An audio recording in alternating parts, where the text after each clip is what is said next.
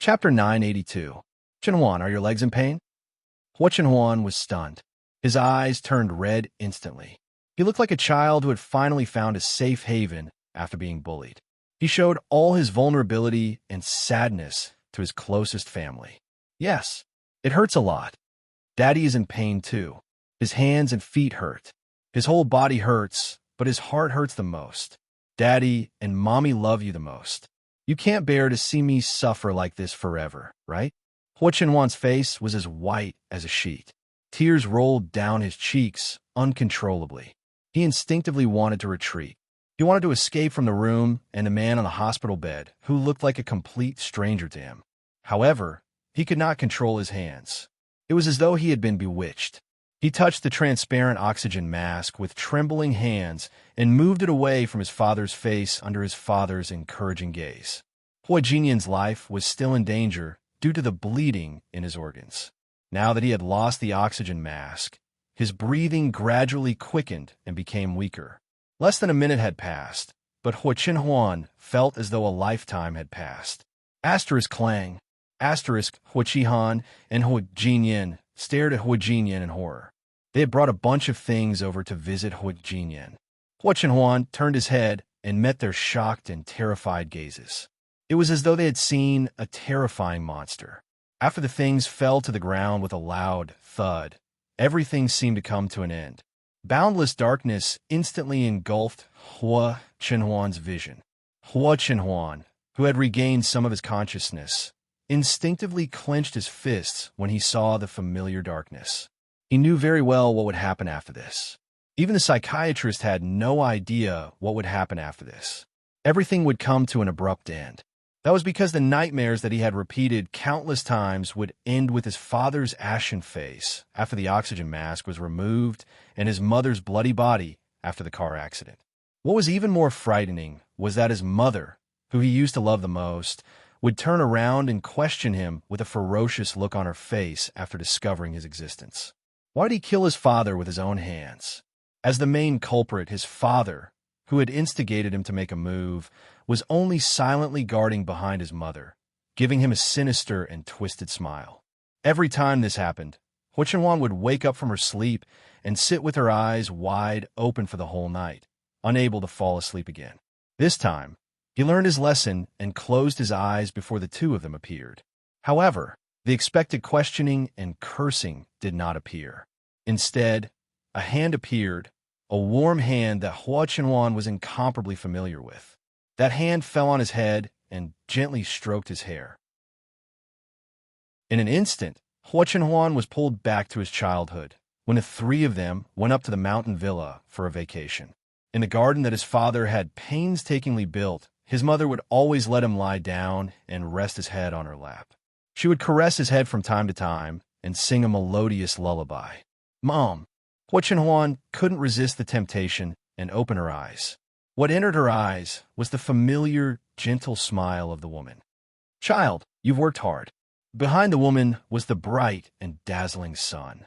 It shone on her body as if she was plated with a gentle halo. She was beautiful and elegant, intoxicating. Don't blame your father. I've already helped you teach him a lesson. After saying that, the woman turned her head and looked behind her. Hua Chenhuan followed her gaze and saw his father, who was silently watching them not far away. Chapter 983. Hua Chenhuan was familiar with the gentle smile on his face. His hair had turned slightly white, but he was still as tall as a pine tree. It was not the pale and weak man who was lying on the hospital bed on his deathbed. Instead, it was the man whom Hua Chenhuan looked up to in the deepest recesses of her memory. She even saw him as a role model. He was her father. Their appearance was too sudden and unexpected. Hua Chenhuan was in a daze for a long time until his mother's voice rang out again, snapping him out of his daze. It's about time. We should go. Go. Where to? Hua Chenhuan's lips moved slightly. She wanted to say something, but she realized she could not make a sound. She could not even move. It's time for you to go back. Her mother patted Hua Chenhuan's head again. Her gentle voice carried a hint of an elder's love for her child. Hua Chinhuan could vaguely detect a hint of reluctance in her voice. Live well and treat the people who love you well. Daddy and mommy will love you forever. Teenagers who were 15 or 16 years old were already taller than their mothers. However, they instinctively crouched down in front of their parents. When they were young, their parents would squat down to look them in the eye and talk to them. His soft lips landed on Hua Chinhuan's forehead. His voice was filled with the blessings and expectations of his parents, as well as their reluctance and worry for him. When he raised his head again, he realized that the person who had been standing in front of him a while ago had already walked away. Hua Jinyan smiled gently and extended his hand to his wife, who was walking over slowly from about 10 meters away. Hua Jinyan interlocked his fingers with hers as well. The sunlight shone on the two of them, illuminating their smiling faces. It was heartwarming and beautiful. They reminded Hua Chinhuan of the warm memories from her childhood. However, back then, Hua Jinyan was an accident to this pair of true love. Even if he was occasionally forgotten, he would quietly watch them display their affection for each other. Now, he could only watch as the two of them walked further and further away, disappearing from his sight bit by bit. Chinhuan. Hua Chinhuan blinked uncomfortably. He looked blankly at Su Yiyin, who was squatting beside him. She looked anxious and helpless. Su Yiyin heaved a sigh of relief when she saw Hua Jinyan waking up. She probed, "Did you have a nightmare?" "Nightmare?" Hua Chinhuan wiped his face and sat up. He recalled what he had seen in his dream and smiled gently. No, it was a sweet dream. Sweet dream. Su Yiyin. Who would cry when they had a sweet dream? She had been by Hua Chinhuan's side for a long time, but this was the first time she had seen him cry so hard. Hua Chinhuan had not been so sad even when she had died in a car accident in her previous life. However, at that time, Hua Chinhuan's heart was like dead ashes. He didn't care about anything. Naturally, he couldn't cry. It couldn't be compared to this. Hua Chinhuan responded in a low voice. He leaned over and kissed Su Yiyin. This successfully frightened Su Yiyin, who was still thinking. "What are you doing?" "Nothing. I just suddenly wanted to kiss you." Su Yiyin glanced at him suspiciously. "Are you really okay?" "Yes." Hua Chinhuan didn't know why he suddenly had this dream, but he had a premonition that this time they were really far away from each other forever. Recalling what his mother had said in the dream, Hua Chinhuan felt that she must be referring to the people guarding him at this moment. Thinking of this, Hua Chinhuan only felt his heart boiling. He wanted to hug Su Yiyin and kiss her a few more times. Chapter 984. Su Yiyin was creeped out by his stare. Just as she was about to speak, there was a knock on the door, and she could faintly hear her precious son's cries. Su Yiyin's attention was instantly attracted. She left Hua Chinhuan and quickly ran out. The moment the door opened, the little boy, who had already cried with snot bubbles, burped at the right time. He looked miserably at his mother with tears in his big eyes. His pitiful little eyes directly hit Su Yiyin's heart, making her surrender on the spot. She reached out and hugged him into her arms. "You go first. I'll coax him." The nanny was relieved. She nodded and left. Su Yiyin took the child into the room. The little guy was really picky. Previously, when the nanny carried him, he was crying with snot and tears. As soon as he entered Su Yiyin's arms, although he still sniffled and trembled, at least he did not cry anymore. Su Yiyin put the child on the bed, face up. She reached out and touched his little belly to make sure that he was not crying because of hunger. She lifted the diaper to take a look. It was dry and clean, without any trace of wetting. "You only know how to torment your father and me." After Su Yiyin finished speaking, she still did not vent her anger and patted her son's chubby little butt. The little boy seemed to understand his mother's words. He cried out, showing his tender teeth. He also tried to reach out his little short hands to hug Su Yiyin's fingers and acted like a spoiled child. Su Yiyin's heart melted after his teasing. How could she still be angry? Hua Chinhuan saw that his wife's attention was all attracted by the little boy. He said sourly, "You spoil him too much." The nature of mother and son was a very strange thing. Su Yiyin did not spend much time at home. The child spent most of his time with Uncle Zhang and the nanny, but the child was especially clingy to Su Yiyin. As long as she was at home, she had to feed him in the morning and at night. Otherwise, he would throw a little tantrum and cry. Hua Chenhuan had long been displeased with this little guy who occupied his wife's free time. His wife had suffered so much when she was pregnant with him. When she finally gave birth to him, she still had to take care of him every day. She didn't even have time to be alone with him. Occasionally, when the two of them shared a bed and wanted to hug each other, the little guy would howl so loudly that the nanny had no choice but to carry him to Su Yiyin for help. It was more accurate than a radar. The result of his disturbance was that the original two-person world would be forced to become a harmonious daily life of a family of three. Hua Chenhuan's initial expectations and soft-heartedness towards the little fellow had completely turned into disgust and vigilance after he had stolen Su Yiyin's attention time and time again. If she had known earlier, she wouldn't have wanted a child so early. How was he here to be their son? He was clearly here to collect debts. At this moment, Hua Chenhuan suddenly understood his father's mistake of leaving him outside and forgetting to pick him up. Now, he also really wanted to pack this little bastard up and throw him out. He would pick him up after a year and a half. That was why it was said that parents were true love, but children were all accidents. Little Xingxing seemed to have heard his old father bad-mouthing him. He glanced at him with his big eyes and suddenly snorted. He turned his back, not wanting to see this bad father who was bad-mouthing him. In the end, because he was too small, he could not turn over completely even after a long time. Finally, when he was about to turn over, Hua Chenhuan stuck out a finger and poked him back to his original position in a particularly annoying manner. Chapter 985. Victory was right in front of his eyes, but he was beaten back to square one. Moreover, this person was the culprit of his quarrel. The little guy was full of grievances. Finally, he could not help but pout and burst into tears. Seeing this, Su Yiyin slapped away Hua Chenhuan's hand and picked up the child.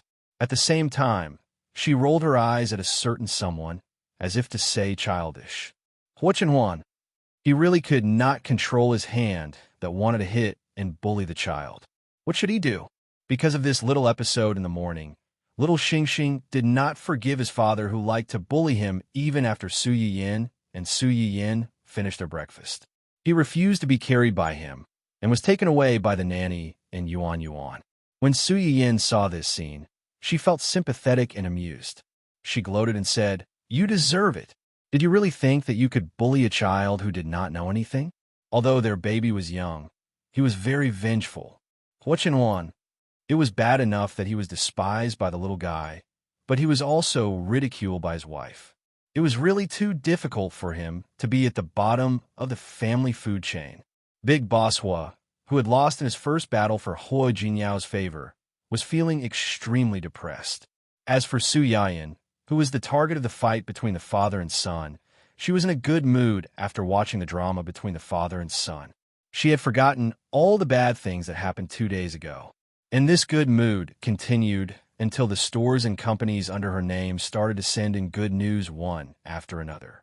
Su Yiyin took the opportunity to invite people to her house for a barbecue to broadcast a few practical small medicine packs. Not long after the broadcast ended, the small medicine packs went online on time in the physical store. Except for some people who lived close to the store and did not have much free time to eat the ready-made medicine packs in the store, most people chose to buy the medicine packs and make them at home. Some people who lived far away and could not eat or buy the medicine packs in the store personally had relatives and friends in the local area. They could ask them to buy the medicine packs and send them over. Their relatives and friends, as well as themselves, who were not in the area, could only watch as buyers flooded the social circles one by one, while they could only drool through the screen. These people quickly joined forces and swarmed over to Su Yiyin's live streaming account and the store's public account to leave messages asking to open an online store. The people in the shop couldn't make the decision, so they simply reported it to Su Yiyin. It just so happened that Yi Qiliang and other researchers saw that her medicine packs were selling well and had good reviews, so they wanted to take this opportunity to work with her and promote some simple and practical Chinese medicine prescriptions and medicine packs. Su Yiyin did not have any objections to this. She was willing to cooperate if she could benefit the public without harming her own interests. Su Yiyin would be considered a shareholder of the technology. After he gave him the recipe, he would leave the rest of the work to others. He would just be a shopkeeper who didn't have to do anything and collected the money leisurely. In addition to this matter, there was finally a new development in Ding Juxi's extramarital affair. Did Ding Juixi and Hai Yi issue an announcement to clarify things? Yes. How do they clarify things? How else can they clarify things? Xia Junsheng recalled Hai Yi's extremely perfunctory clarification and really felt that it would be difficult for Ding Juixi to survive this time. Just say that they're just colleagues working in the same production team. The intimate actions that were filmed were just part of the script, and they were just rehearsing.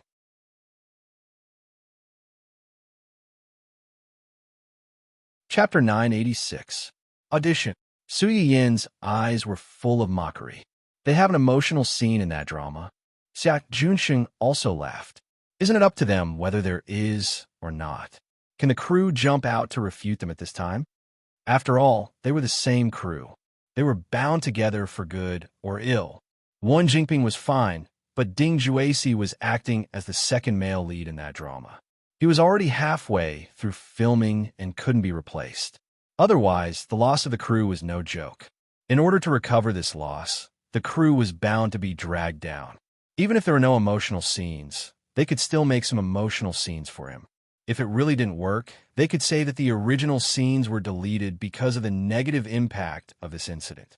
Anyway, words were dead, but the people who spoke were alive, so they could say whatever they wanted. As for going to their respective rooms in the middle of the night, it was also to check the script. At that time, there were other people in the room, not just the two of them. Xia Junsheng summarized Hai Yi's clarification statement and added, "Anyway, the reporters who broke the news couldn't have really filmed what they did in the room. Even if they did, in a harmonious society, they couldn't publish it even if they wanted to. If they weren't careful, they could easily get themselves implicated. Naturally, they can say whatever they want." Su Yiyin looked up at Xia Junsheng and chuckled. The key to this matter is not what they say, but whether other people, especially their fans and investors who are willing to support them, are willing to believe it. After Hai Yi's statement was released, how did the media and Ding Juixi's fans react? What other reaction can there be? After so long, those who wanted to stop being fans have already done so. The rest are mostly diehard fans who won't shed tears until they see the coffin. Not to mention that Hai Yi Art gave them a perfunctory explanation. Even if they didn't give them an explanation, they would find another way to whitewash their idol's reputation from all sides. These people are persistent, but unfortunately, their persistence is in the wrong place, and they are fans of the wrong person. Isn't that right? Who hasn't met a few scumbags when they were young? Even I feel a little sorry for them. However, it was only a little. She thought about how these people had insulted and even cursed other artists, reporters, and even rival artists who were in the same period as Ding Juixi, but had developed better than him in order to defend Ding Juixi. Xia Junsheng felt that the saying, like idol, like fan, made sense. One was willing to hit, while the other was willing to be hit. If you felt sorry for them, they might even laugh at you for being silly.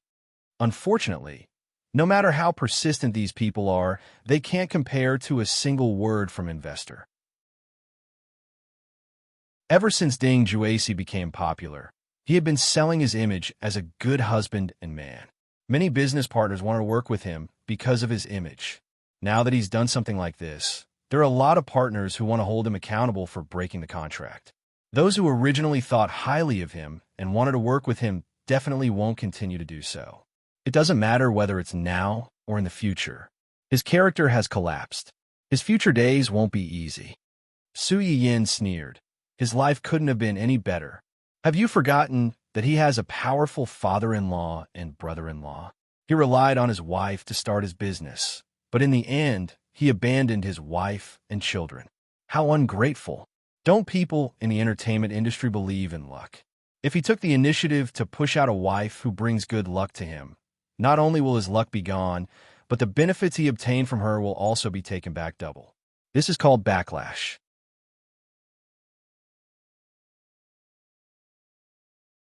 Chapter 987. Su Yin seemed to have thought of something when she said this. She frowned and asked in a low voice, "Speaking of which, have they divorced?" "It's already going through the procedures, but the specific division of property and custody of the two children are a little troublesome. Madame Wang insists on letting Ding Juesi leave the marriage with nothing, and she wants the custody of the two children." Ding Juesi's wife's surname was Wang. Ever since she moved out of the Ding family small apartment, she insisted that people call her by her original name instead of Madame Ding. It was obvious that she had made up her mind to cut off all ties with Ding Juesi and not have any relationship with him in name anymore. Su Yin could understand Madame Wang's thoughts. They were both mothers. When she suddenly found out that the man who had been by her side for more than 10 years was a beast in human skin, she would never let the children she had painstakingly given birth to be by such a person's side. People said that parents were the first teachers of children. With such a teacher, it would be a miracle if the children could learn well. Is Madame Wang's request difficult? There is a certain level of difficulty, but with the Wang family's connections and financial resources, it's only a matter of time before they win the lawsuit. Su Yin nodded in satisfaction. When they signed the divorce agreement, "We'll expose this matter." Didn't nothing happen? They've already divorced, so how can this be considered nothing? He really treats everyone like fools. His brainless fans like to be fools, but others don't like it. Su Yin didn't have much of a grudge against Ding Juesi. She just hated this person. When she saw him, she couldn't help but think of Hua Xiaofeng back then, and it was a low-end version of Hua Xiaofeng. Wasn't it disgusting? By the way, where's Wen Jingping? Has she been in contact with Ding Juesi recently? This time, the matter was not small. Ding Juesi was relatively famous, and he was a married man who had an affair. His image had collapsed, so there were more people following him. Naturally, there were more revelations. On the contrary, Wen Jingping, the third party who destroyed the harmony of other people's families, should have been reviled by everyone, but unexpectedly disappeared without a trace. She didn't come out to cry and cut ties with Ding Juesi. She also didn't jump out rashly like before and try to use her innocent and harmless face to distort the truth and put a dignified name on her actions. Su Yin was not used to this. Could it be that because of the male lead's neglect, this female lead, whose protagonist aura had been constantly dropping, finally had some self-awareness and knew how to know her place? It didn't make sense. If she knew her place, she wouldn't have been so impatient to hook up with Ding Juesi, the spare tire, after being ignored by Dou Tianyi for a few months. At that time, Su Yin would never have thought that Wen Jingping would unexpectedly pick up a cheat after losing Dou Tianyi. If this cheat didn't work hard to give her advice behind the scenes and repeatedly stop her from acting impulsively, Wen Jingping would have run out to dance. With such a troublesome host, Wen Jingping's system was really tired. Wen Jingping has less contact with Ding Juesi recently. It seems that she has a new target. A new target? Su Yin was stunned. She was indeed the Mary Sue female lead who had a lot of spare tires in the original work. It had only been a few days, but she actually had a new target. Was she decisively abandoning the Rook to save the king after seeing that the public opinion was in the wrong direction? If it was the situation in the original work, it would be fine. Although Wen Jingping in the original work was also 8B*TCH and flirted with people in all kinds of ways, her heart was Hua Xiaofeng. No matter how much she flirted with this group of people, she kept it within a limit and wouldn't easily cross the line.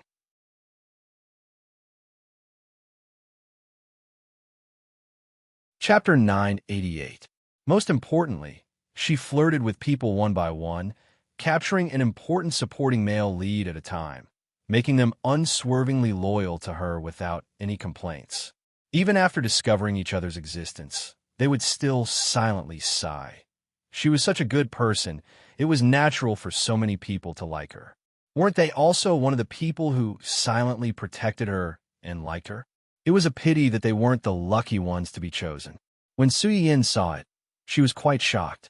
She felt that these spare tires were really poisoned by the female lead's halo, each one more insane than the other. The current situation was very different from the original work.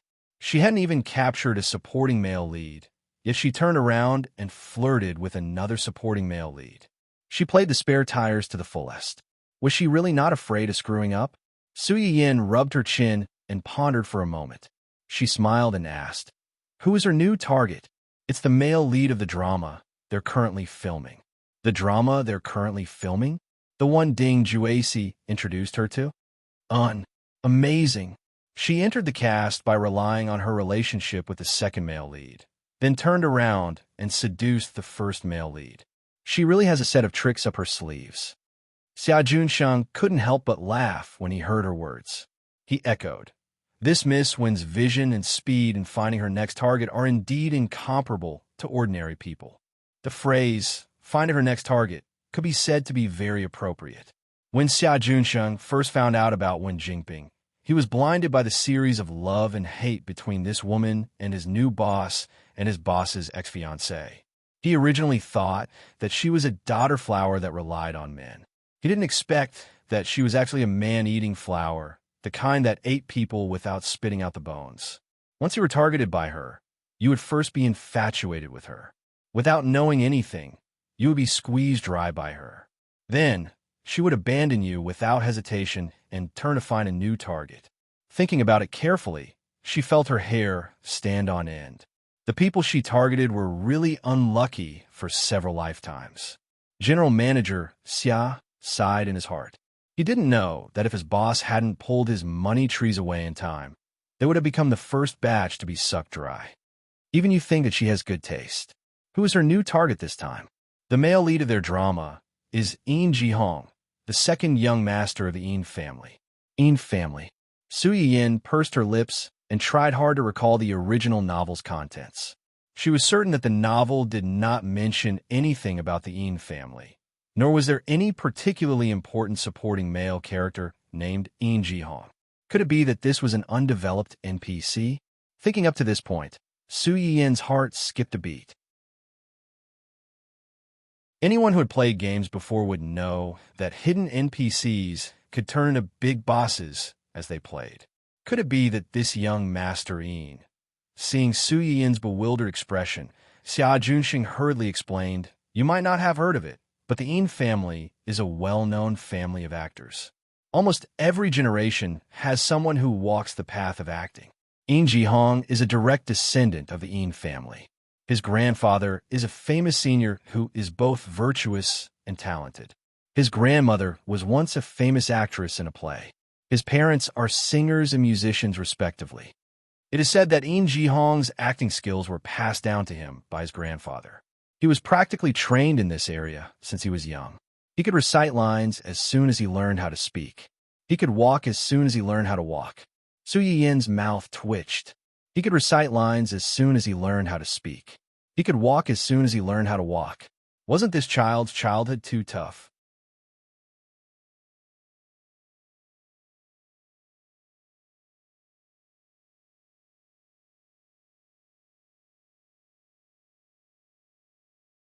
Now that when Jingping suddenly has Yin Jihong support, even if these people are unhappy, they don't dare to mock Wen Jingping in front of her face.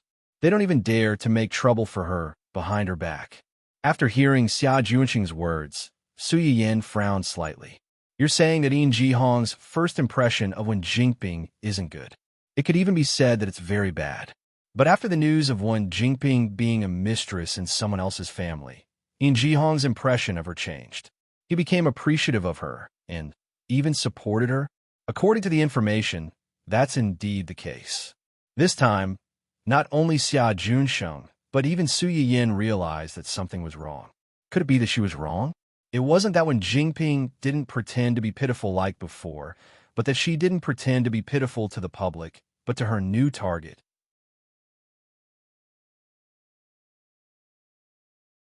Chapter 990. Or was it because she had already snatched away half of the female lead halo?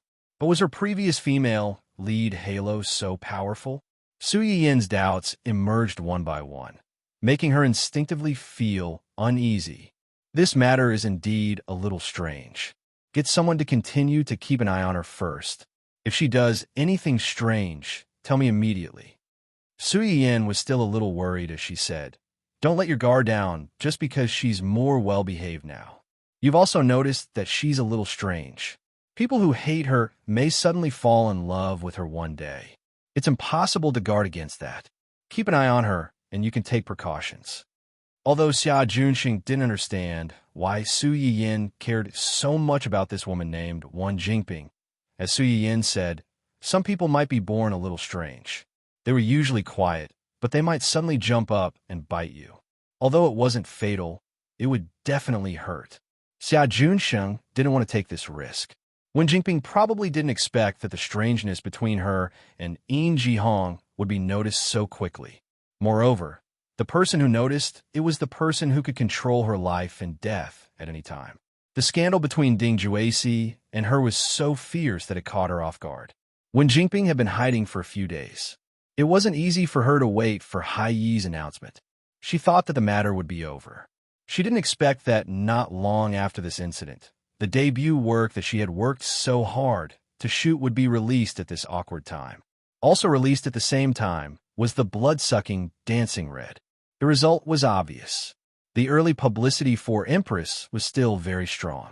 In addition, when they filmed this drama, they used the banner of restoring history. Except for some onlookers who were at the forefront and resolutely boycotted Wan Jingping because of the recent scandal of the mistress, the audience had never resolutely boycotted this drama. Some of the audience who were curious about this kind of theme or were interested in history were still very willing to take a look at this drama. As a result, the viewership ratings for the premiere of Immerse were not low. The viewers were not easily fooled either. They were attracted by the initial announcement, but what really attracted them to continue watching was the quality of the show. After the first day's episode was broadcasted, the audience discovered that this drama was like many previous dramas that pretended to be historical, but acted out a cliché Mary Sue love story. All in all, it was a huge investment. The clothes were complicated, and the hairstyle was shocking. It looked gorgeous, but it was actually cumbersome. The money invested was all spent on these dispensable props, and the most important thing was neglected. The plot was too harsh, and the acting was too awkward. It was enough to dissuade a group of people from a movie. On the other hand, the advertising investment for the neighboring channel's Red Brave was not even half of that for Immerse. Although it was a lot of investment, it was all in place. In addition, there was Luo Baogang, a dedicated director who strived for perfection. There were no awkward scenes at all. There was also Song Linghua, a technical consultant. Whether it was the young girls or the boys in the crew, they all had to learn how to behave as they filmed. When it came to the appearance of a group portrait, the people of Dancing Red walked in swaying and swaying. Their posture was graceful and dignified. Immerse was like going to the market in their hometown. It was a mess, and a mess. It was a foul atmosphere. The difference between them was obvious.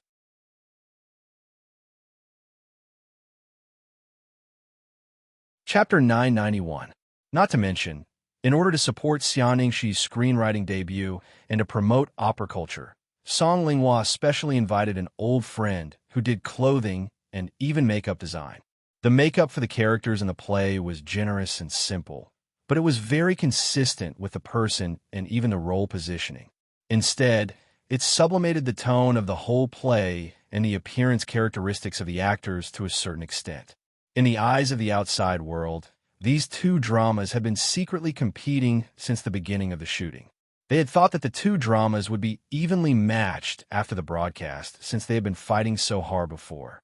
Unexpectedly, many people could see the advantages and disadvantages of the two dramas on the first day. Wan Jingping looked at the high ratings of the premiere of Immerse happily and imagined that in the near future, she would become a well-known beauty and big star.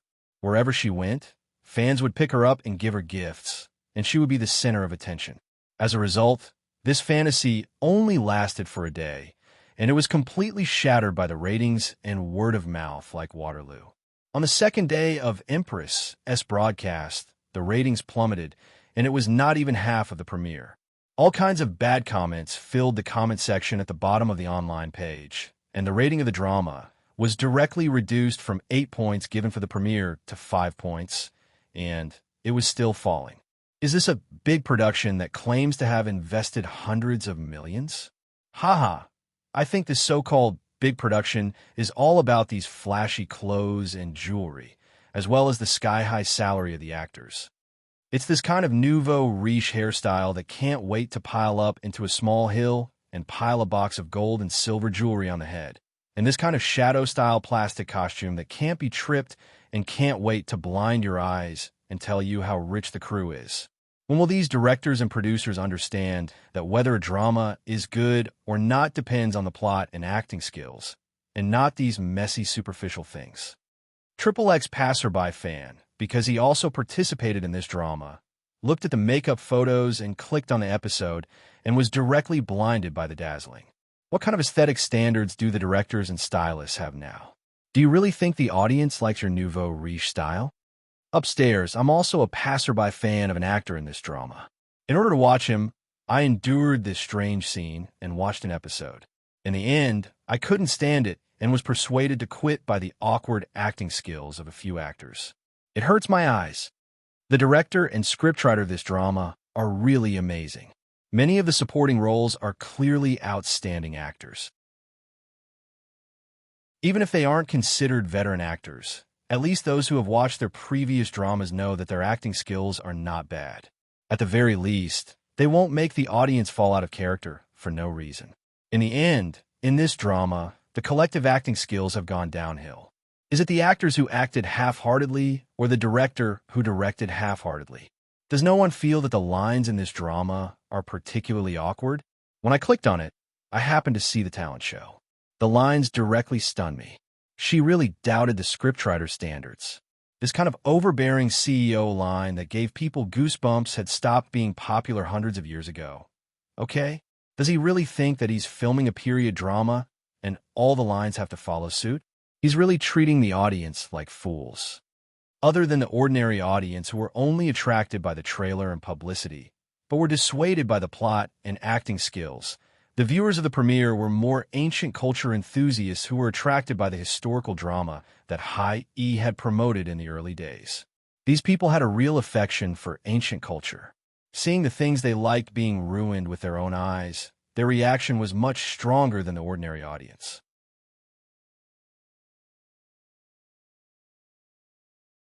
Chapter 992. Ancient Earth culture and history enthusiasts are disgusted. The TV series they are filming is about a legendary figure recorded in ancient Earth history. When I saw this history by chance, I was fascinated by her extraordinary political views and courage. For this reason, when I was choosing a university, I deliberately chose a related major in order to understand more about ancient culture and history, the history related to her. I heard that someone was willing to film her legendary life into a TV series. At first, I was very happy and looked forward to it. For this reason, I even gave up the tutor's big class tonight and risked failing to watch the premiere of this TV series. But it turned out that this TV series was not worthy of my expectations at all. This TV series turned an independent woman with a political mind into a Mary Sue who relied on men to get to the top. Ugh! This comment was from a student majoring in ancient culture. It was obvious that she was really dissatisfied with this TV series. She did not mention the content of the TV series throughout, but the disappointment in her words was obvious. It was worth mentioning that there were many people who agreed with her. Most of these people were also ancient culture enthusiasts and had looked forward to this TV series. No, to be precise, they had looked forward to the period dramas in recent years. Unfortunately, the greater the hope, the greater the disappointment.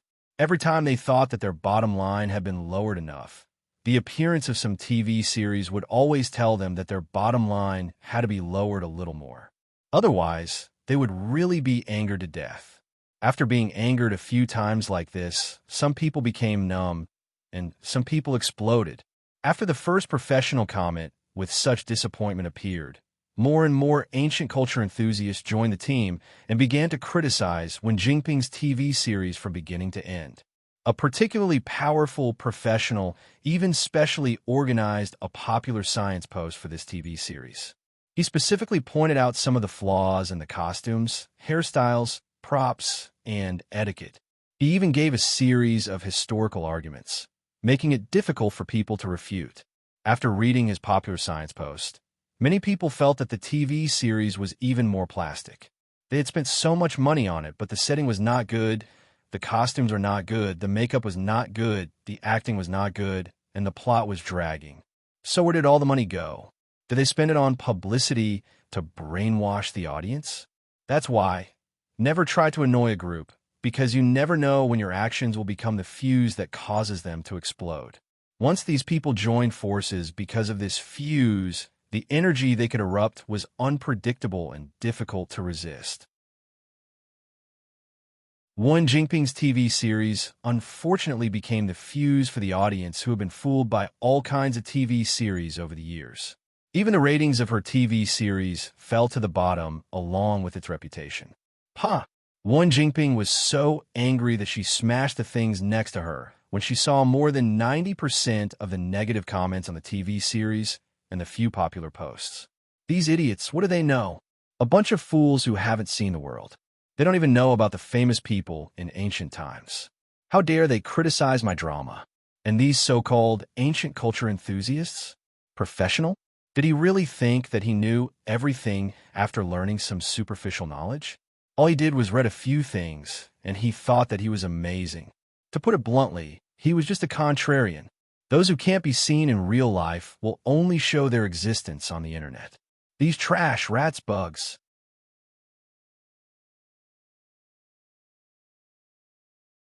Chapter 993. After venting her anger, Wen Jinping calmed down a little. She seemed to have thought of something and clicked on the comment section of Red Singing. The publicity for Red Singing was actually quite good. Unfortunately, every time there was any movement, another drama would stick to it and deliberately suppress their popularity. Therefore, the premiere ratings of Red Singing were actually a little worse than Queen. This was also one of the reasons why Wen Jinping was so smug. She felt that if her drama suppressed Dong Cheng's drama, she would also be able to suppress Su Yiyan. However, she probably didn't expect that this feeling of superiority would last for a day. As the ratings of Queen plummeted, Red Singing's ratings and reputation steadily increased. They both started with 8 points, but Queen's ratings kept dropping. Meanwhile, Red Singing's ratings had gradually climbed to 8. 5 points, and the comments were all positive. This style, this setting, and this acting are really amazing. Compared to the production team next door, the little brothers and sisters are simply fairies. The plot is also very tight and not dragging. I love it. Above, keep a low profile. Let's not flatter and trample on each other. The most important thing is that the production team next door has Hua Lu Feng and extremely embarrassing acting skills. There's really nothing to compare with our drama. Please don't lower yourself. Thank you. When I looked at the cast before, I was worried that the lead actors were not young anymore. Would they be too old to play the little brothers in their teens or 20s? It turns out that I was too narrow-minded. The age of the stars is different from our age. The little brothers and sisters in the drama are so tender that you can pinch water out of them. I can do it again. It's not just because their skin conditions are good and they know how to take care of themselves. Let's talk about the logistics team of this drama. The stylist is teacher Shi Meiling. She was a famous stylist in the entertainment industry back then. The most classic dramas such as The Secret History of XX, XX Dynasty, XX Legend, and a series of very good dramas with good plots were all once the white moonlight in my heart. However, later on, she gradually faded out of the entertainment industry and stopped styling people. I didn't expect this drama to be able to invite her. Just based on this, I will definitely watch this drama to the end. It's not just the stylist. Look at the director of this drama, Luo Baogang. If you don't know, I suggest you search for it. You will be surprised. There's also a technical consultant. They had hired Song Linghua, teacher Song. If you didn't know, you could look it up. He was a famous opera master. They had probably specially hired him because of the female lead's identity. From this aspect, it could be seen that the crew was very considerate. Unlike a certain production team next door, previously, Bloodsucking kept talking about investments. I thought that they had hired some Daluo Golden Immortal as foreign aid. Now, it seems that it's nothing much. Haha, the sister above is too outstanding. I said everything I wanted to say. Daluo Golden Immortal was very appropriate. Previously, before the drama was broadcast, the fake reviewers were terrifying. Even if they didn't say anything, they would say that it was a few $100 million investment. We have money, but those who say that are poor people. I went out to search and came back. F***CK, what kind of godly crew is this?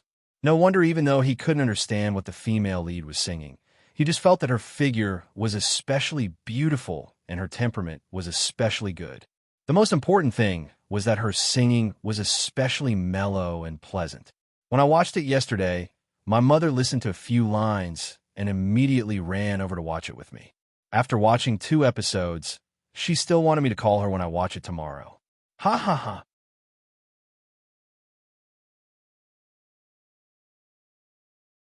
Chapter 994.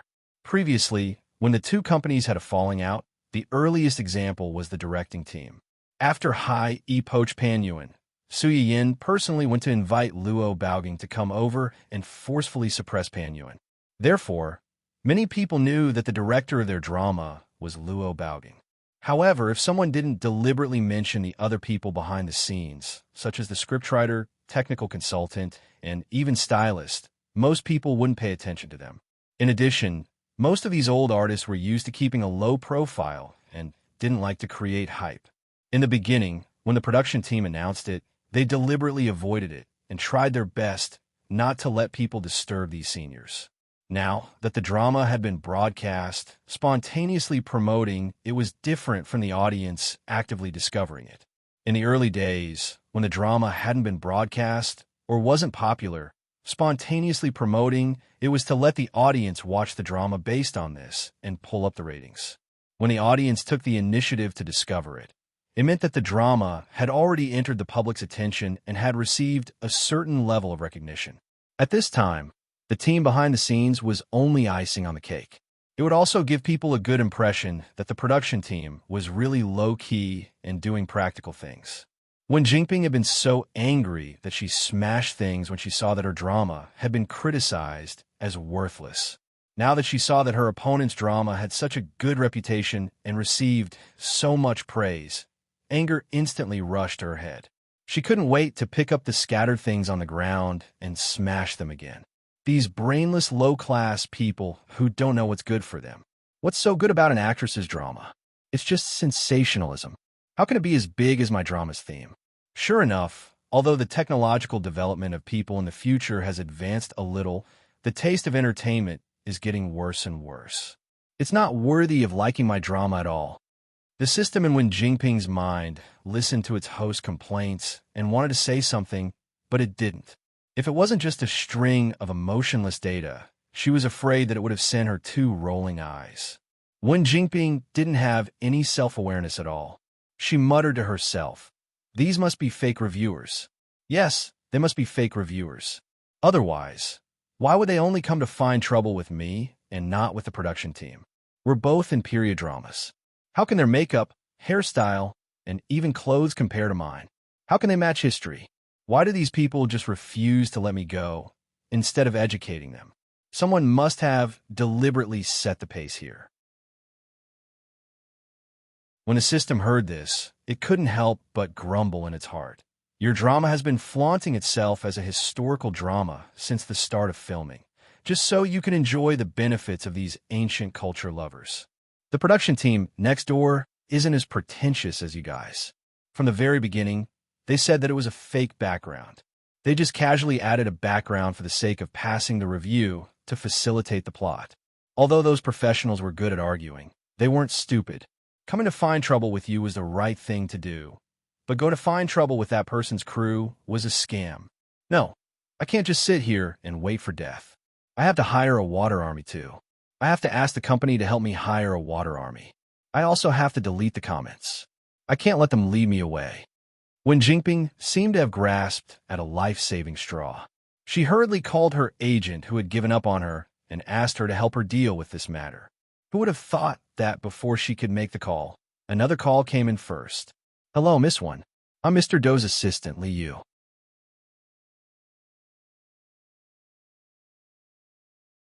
Chapter 995. Wen Jingping could not help but shiver when she heard the words Mr. Doe. She gulped and said carefully, Mr. Li, what's the matter?" "It's like this. Miss Wen, you should know that the drama you starred in has been released recently."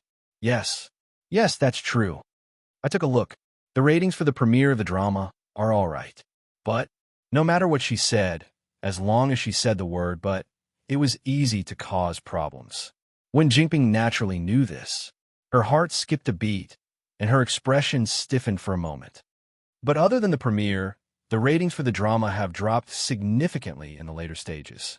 The reputation of the drama doesn't seem to be good either. This is just a temporary thing. The audience for dramas with this theme is more picky, and some people don't like to watch dramas. They will wait until the drama is over before starting from the beginning. A temporary drop in the ratings doesn't mean anything. I believe that our drama is so good that the ratings will slowly climb back up in the later stages. I hope so. Li Yu's tone did not fluctuate at all. It seemed that she was not very interested in this. As an employee of the same company, I naturally hope that Miss Wen's drama will be a hit. But I have to remind Miss Wen not to forget the bet you made with Mr. Doe. Wen Jingping's face turned pale. She said stiffly, I don't quite understand what you mean. Miss Wen, you promised Mr. Doe that as long as you were the female lead of the drama, you would be able to shoulder the ratings. Even if you couldn't generate revenue, you wouldn't let the drama suffer a loss. But now, the drama has just been released. Everything is unknown. Wen Jingping's head was covered in cold sweat. She interrupted Li Yu before she could finish speaking. Li Yu was silent for a moment. Then she suddenly laughed. Miss Wen is right. The drama has just been released. Everything is unknown. I just want to remind Miss Wen that if the ratings for the later stages of the drama really rise like you said, it'll be fine if the initial investment is recouped. But if it loses money, I'm afraid Miss Wen will have to find a way to cover the losses yourself. Why? Wen Jingping was so scared that she blurted out in a fishy voice. After she finished speaking, she realized that it was inappropriate and hurriedly tried to salvage the situation. I mean, the success or failure of a TV series is not just about the heroine. What you just said is, the success or failure of a drama isn't just a matter of one person. But Miss Wen seems to have forgotten that you were the one who personally made this bet with Mr. Doe. Could it be that Miss Wen wants to go back on her word now? No, I didn't mean that. Li didn't give Wen Jingping a chance to refute and continued. Also, why are the male and female leads called male and female leads? It was because they had the most scenes in the drama and were the most popular. In other words, they were here to boost the viewership ratings. Unfortunately, your drama is a female lead drama, so no one else has as many scenes as you do. To put it bluntly, as the female lead of a major female lead drama, if you can't even handle the viewership ratings, what kind of female lead are you? Now that the ratings of the drama are not increasing and the investors are losing money, who else can I blame but you? Miss Wen, please be clear about one thing. I'm here to inform you, not to discuss it with you. You only have two choices. 1. Pray that the drama can really come back from the dead and boost the viewership ratings. 2. Work hard to earn money and pay the compensation. Otherwise, I'm afraid you can't bear the consequences.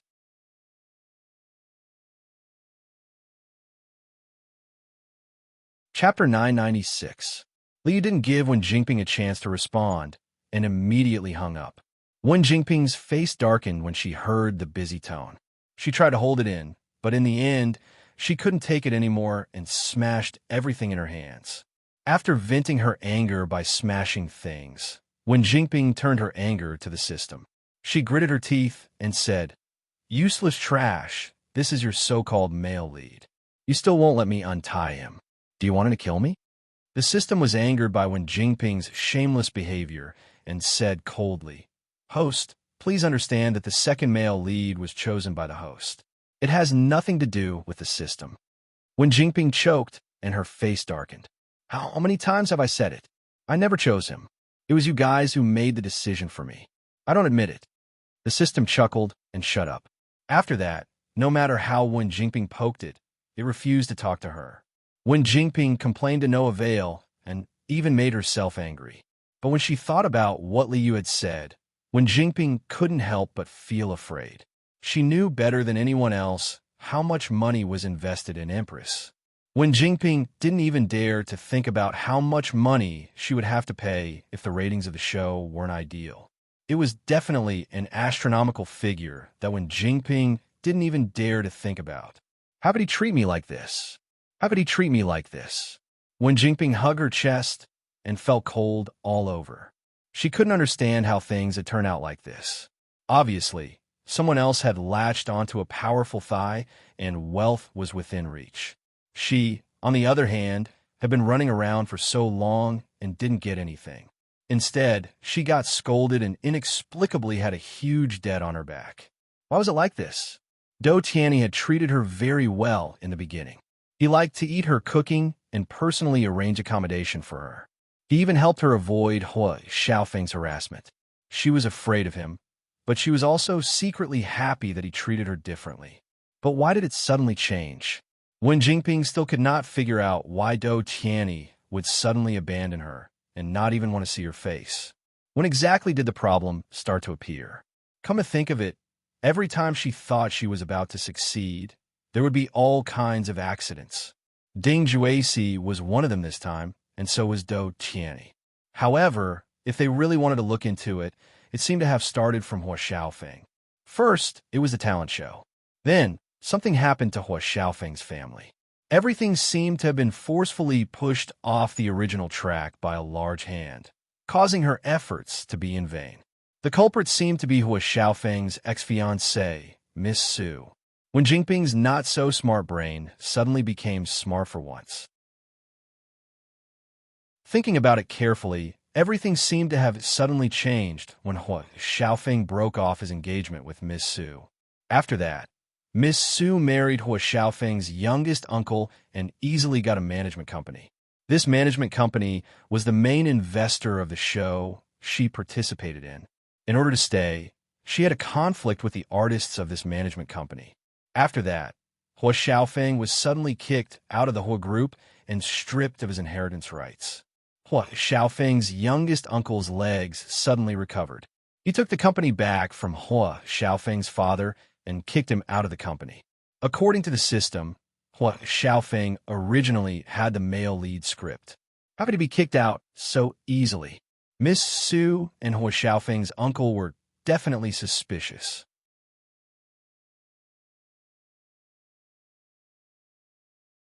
Chapter 997. However, so what if Wen Jingping knew that there was something wrong with Su Yiyan? She could not even protect herself in her current situation, let alone find trouble with Su Yiyan and Li Wuyo. Thinking of the huge debt she was about to bear, Wen Jingping was afraid and resentful. She could only pin all her hopes on the last straw. No, I can't just admit defeat. So much money. Where am I going to find so much money? Wen Jingping paced back and forth with a pale face. Suddenly, she seemed to have thought of something and her eyes lit up. In Jihong, yes, as long as he's willing to help. There's still a chance for everything to turn around. After Ding Juesi's accident, Wen Jingping exchanged all the goodwill she had gained from Ding Juesi into props and threw them all to In Jihong. This made In Jihong's attitude towards her change significantly, allowing her to stay alone in the crew and not be affected by Ding Juesi's scandal. Now, Wen Jingping had no other choice. In Jihong was her last hope. As long as she caught him and made him loyal to her, she could make a comeback. Understanding this, Wen Jingping gritted her teeth and decided to use some extreme means. Su Yiyan didn't know about the twists and turns inside Hai Yi, let alone that Wen Jingping had been forced into a desperate situation and accidentally suspected her. Following the popularity of Dancing Red, Su Yiyan also welcomed an uninvited guest. Director Luo, Annie Song, why are you here? Su Yiyan looked at the few elders sitting in the hall, blinked, and took the initiative to ask, These are, President Su is back. As soon as Su Yin finished speaking, Luo Baoging and the others didn't say anything. Xian Ningxi had already stood up and rushed to Su Yin's side. Her eyes were shining, and she smiled a little foolishly. Su Yin had goosebumps from her smile and instinctively took a step back. Just as he was wondering what had happened to the little girl, he heard her lower her voice and shout excitedly, "Host, Su Yin." All right, the case was solved. Someone had tipped them off. She shouldn't have trusted that brat from the Lan family too much. You know, did Missin tell you that? Su Yin's words were tantamount to admitting that Xian Ningxi called him a streamer just now. The light in Xian Ningxi's eyes became brighter. If it weren't for the elders on the scene, she would have rushed forward to give Su Yin a big kiss. Xian Ningxi kept nodding while flattering Su Yin with tears in her eyes. I didn't expect it to be you. Sob, sob, sob, sob. Did I succeed in chasing after my idol? No, the streamer is Dong Cheng's boss. I worked with Dong Cheng before. Therefore, the streamer is also my boss. Streamer, does your company still need screenwriters? You'll bring your own script, work hard without complaint, and don't need a salary. You'll only need to pay for 3 meals. Su Yin laughed and said helplessly, "Our company doesn't provide 3 meals. 1 meal is fine, or 1 meal a week. I'll pay for it out of my own pocket. I only need a number." Xian Ningxi was afraid that Su Yin would refuse. She looked up at Su Yin eagerly and tried to sell herself. The streamer has promoted employee benefits in a live broadcast room before, right? I don't ask for much, and it doesn't need to be free. I can pay for it. I just want to be able to cut in the employee queue. Once a week, no. Once a month, I'll get a number. Streamer, please accept me as a diligent and lovable social animal. Su Yin, no, girl. Do your family know that you're selling yourself so conscientiously?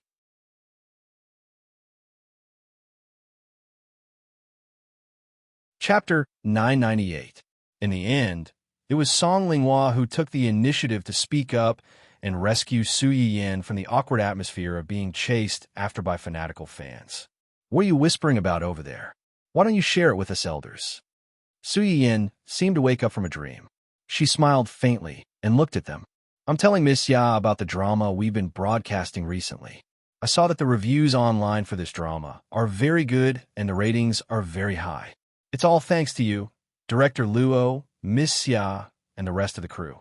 When Luo Baoging heard Su Yin praise their drama, he looked a little proud. However, he said, it's mainly because your company's investment is in place. It's not surprising that it's such a good drama after spending so much money. Director Luo is too modest. Nowadays, it's not like you can make a good drama just by spending money. Let's not talk about the distant ones. Just look at the terrible drama next door. They spend no less money than our drama, but what happened in the end? Look at how many people on the internet are saying that they're good. It's all because they don't have good directors and consultants like you and Annie Song. No matter how good the actors and the script are, it's all ruined. Speaking of the recent success of Red Brave, the person who regretted it the most was director Pan Yun, who was originally invited by Dongxing Entertainment to direct the drama, but later broke the contract and jumped ship to Hai Yi. Director Pan initially promised to direct Red Singer, but on the eve of the contract signing, he jumped to Hai Yi and announced that he would direct The Empress. He openly helped Hai Yi to backstab Dong Cheng. In fact, the reason he was willing to jump ship was very simple. Compared to Dong Cheng, Hai Yi gave him more remuneration, more promises, and more generous treatment. However, when he joined the crew, he realized that he had been tricked. Hai Yi did give him more remuneration, but in exchange, the company took away most of his rights as a director.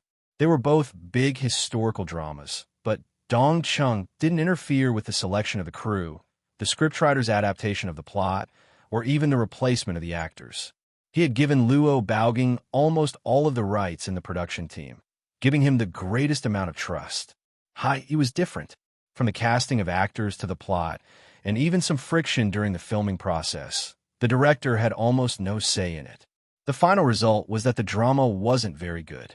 The ratings weren't good, and many of Hai Yi's empty promises couldn't be fulfilled. In addition, in order to step on Dong Cheng, High E Entertainment had publicized the fact that he directed Immerse to everyone. Outsiders might not understand, but insiders could see the knack of it at a glance. It would have been fine if he had done a good job in the drama. After all, people in this industry worshiped the strong and trampled on the weak. As long as you stood at the top, your character was secondary. But the truth was that he had messed up. He had lost all his face. One could only imagine what awaited him in the future. All right, you two can stop flattering each other. Song Linghua couldn't stand the two of them bragging about each other. She pulled her husband aside and glared at him. Let's get down to business. Yes, let's get down to business. After being glared at by his wife, Luo Baoging remembered the purpose of today's visit. He coughed softly and said, "Little Sue, we're here today to ask for your help." "What's the matter?" "It's like this. These two are old friends of ours." Song Linghua pointed to the two elders who were about the same age as them and introduced them. One of their juniors had an accident 2 years ago and was injured. We heard about it by chance and thought that you might be able to help her, so...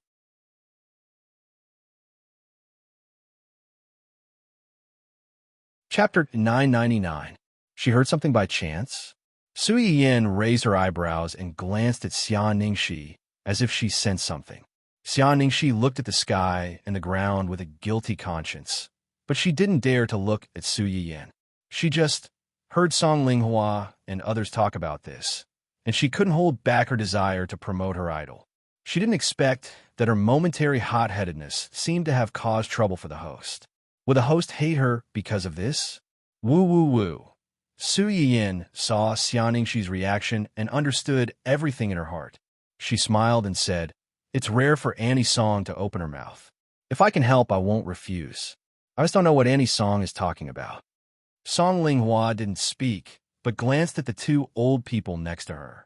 The two understood and hurriedly got up and said, "Hello, Miss Su. We are friends of Baoging and Linghua. My surname is Li, and this is my lover." "Hello, Uncle Li." Uncle Li was about the same age as Luo Baoging. It was reasonable to say that Su Yiyin should be more than enough to call him Grandpa. However, Su Yiyin had been accustomed to being one generation higher than her peers since she married Hua Chenhuan. Song Linghua and Hua Chenhuan's parents were old friends. Su Yiyin called him uncle according to their seniority. Grandpa Li was somewhat surprised when he learned that Su Yiyin was the person they were looking for. After all, in his opinion, Su Yiyin was a little too young. Even when he spoke to Su Yiyin, he was a little more restrained. Su Yiyin's call of uncle comforted his embarrassment in a timely manner. His tone relaxed a little. "Here's the thing. This is my granddaughter. Her name is Li Nam. She used to be a singer." "Singer?" Su Yiyin subconsciously glanced at the young man sitting beside the two old men. In fact, Su Yiyin had noticed this person as soon as he entered the door. There was no other reason than the fact that the weather was not particularly cold, but this person was wrapped up tightly from head to toe, with almost no flesh exposed. Even his face only revealed a pair of lifeless eyes. It looked inexplicably strange. Seeing Su Yiyin's curiosity about his granddaughter, Grandpa Li's eyes flashed with a touch of sadness. He took the initiative to explain, and Nan had an accident when she went abroad to perform 3 years ago. The performance venue suddenly caught on fire. The fire spread very quickly and soon reached the lounge where Nan was. When Grandpa Li said this, Li Nam's dead eyes moved slightly, and one could faintly see his unwillingness and resentment. Although the rescue team arrived in time and Nan barely survived, the fire still left her with scars all over her body and took away her throat. Hearing this, Su Yiyin narrowed his eyes. He could roughly guess why these people were looking for him. He also finally understood why the person in front of him was wrapped up so tightly. Fire could be really scary sometimes. A girl, a singer, survived the fire, but her face was disfigured and she lost the voice that she was so proud of. No one could tell whether this was a blessing or a misfortune. Su Yiyin looked into the other's lifeless eyes and felt a rare bit of compassion. He probed, "Can I see your injuries?" When Su Yiyin said this, Li Nam suddenly trembled and subconsciously reached out to cover her face. Obviously, she was very resistant to the idea of showing her burns in front of a stranger.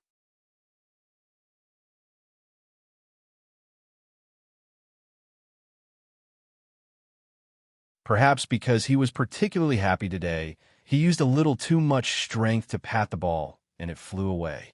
I was about to carry him over to pick it up when Silly Boy ran out from somewhere. He bit the ball and ran away. Later, I don't know where he hid it. I couldn't find it no matter how hard I tried. Little young master cried. Su Yin really did not expect such a thing. She was angry and amused at the same time. She lowered her head and rubbed her son's chubby face. Okay, it's just a small toy. Let Silly Boy bite it back for you. It's fine if you can't find it back. Mama will buy you a new one. Crying over such a small thing? I didn't expect our baby to be such a crybaby. Oomph. The little guy was poked in the nose by his mother and snorted in dissatisfaction. He buried himself in Su Yin's arms and was unwilling to look up.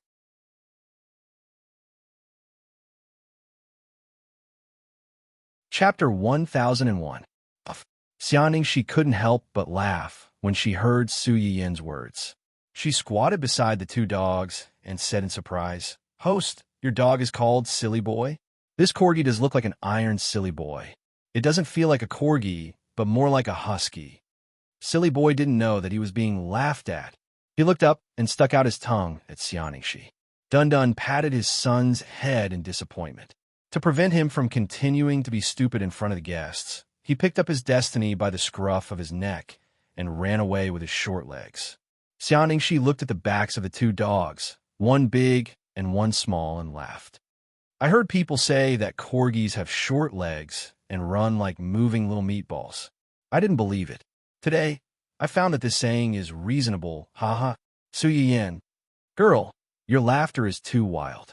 Be careful that they come back to bite you. Don't you know that corgis hate it when people say that they have short legs? After such a small episode, the faces of the elders, who were originally frowning, couldn't help but show some smiles. Grandma Li looked at Su Yin, who was holding the child not far away. When she turned her head, she found that Li and Nam had calmed down and was staring at the chubby boy in Su Yin's arms. Grandma Li was slightly stunned.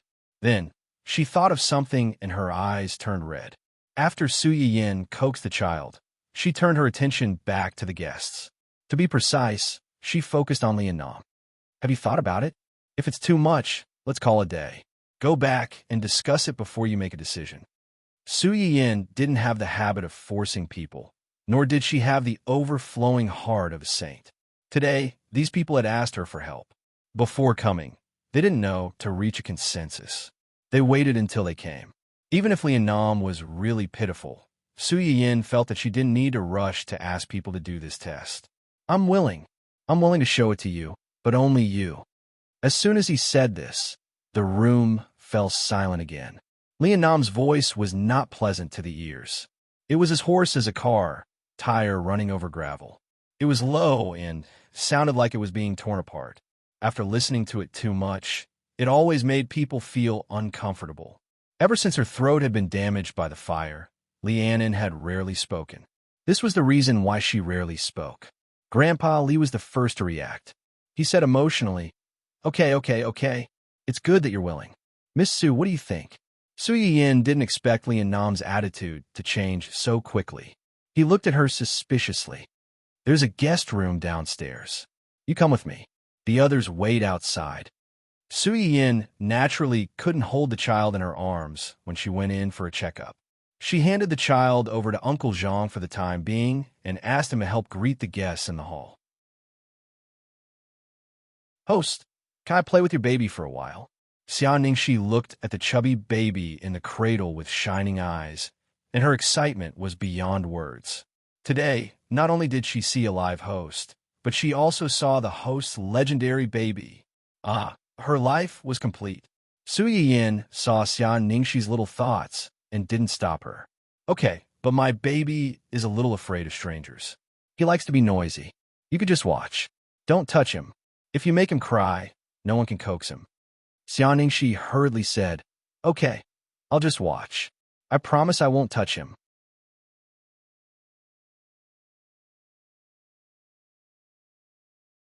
Chapter 1002. The guest room on the first floor was right next to the living room. Su Yin led Lian Nam into the room. She looked at the open window in the room and asked in a low voice, "Do you want me to close the window?" Lian Nam pursed her lips and nodded slightly. Su Yin didn't mind. She walked over to close the window and drew the curtains. Fortunately, the sky wasn't completely dark yet. The curtains in the room were thin and allowed light to pass through. Even with all the curtains drawn, she could still see the furnishings in the room and the faces of the people around her with the faint light. Su Yin closed the curtains and returned to the bedside. She heard Lian Nam say with her head slightly lowered, "Thank you. You're welcome. Do you want to do it yourself? Or do you want me to help you?" Lian Nam's body stiffened when she heard that. Her hands that were hanging by her side subconsciously tightened. The two of them were in a deadlock for a while. Lian Nam's hands trembled as she slowly removed the bandages covering her face and neck. When the last layer of bandages fell off, Su Yin realized that the person in front of her was much more severely burned than she had imagined. The excessive burns left scars and pink keloids on her face. There were some signs of shrinkage in the depths of her cheeks and chin, making her facial features look strange. If she suddenly saw such a face at night, without any mental preparation, she would most likely be frightened and might even have nightmares. No wonder she had such a big reaction when she said that she wanted to see her injuries. If it were her, she wouldn't want anyone to see her in such a hideous state. No, to be precise, if she had become like this, Su Yin wasn't sure if she would have the courage to continue living. After a short moment of shock, Su Yin took the initiative to walk to Lian Nam's side and asked in a low voice, "Can I touch it?" Lian Nam clenched her hands into fists. She resisted the urge to wrap the bandages back and nodded slightly. She didn't even dare to look at Su Yin. She was afraid that she would see fear and disgust in her eyes.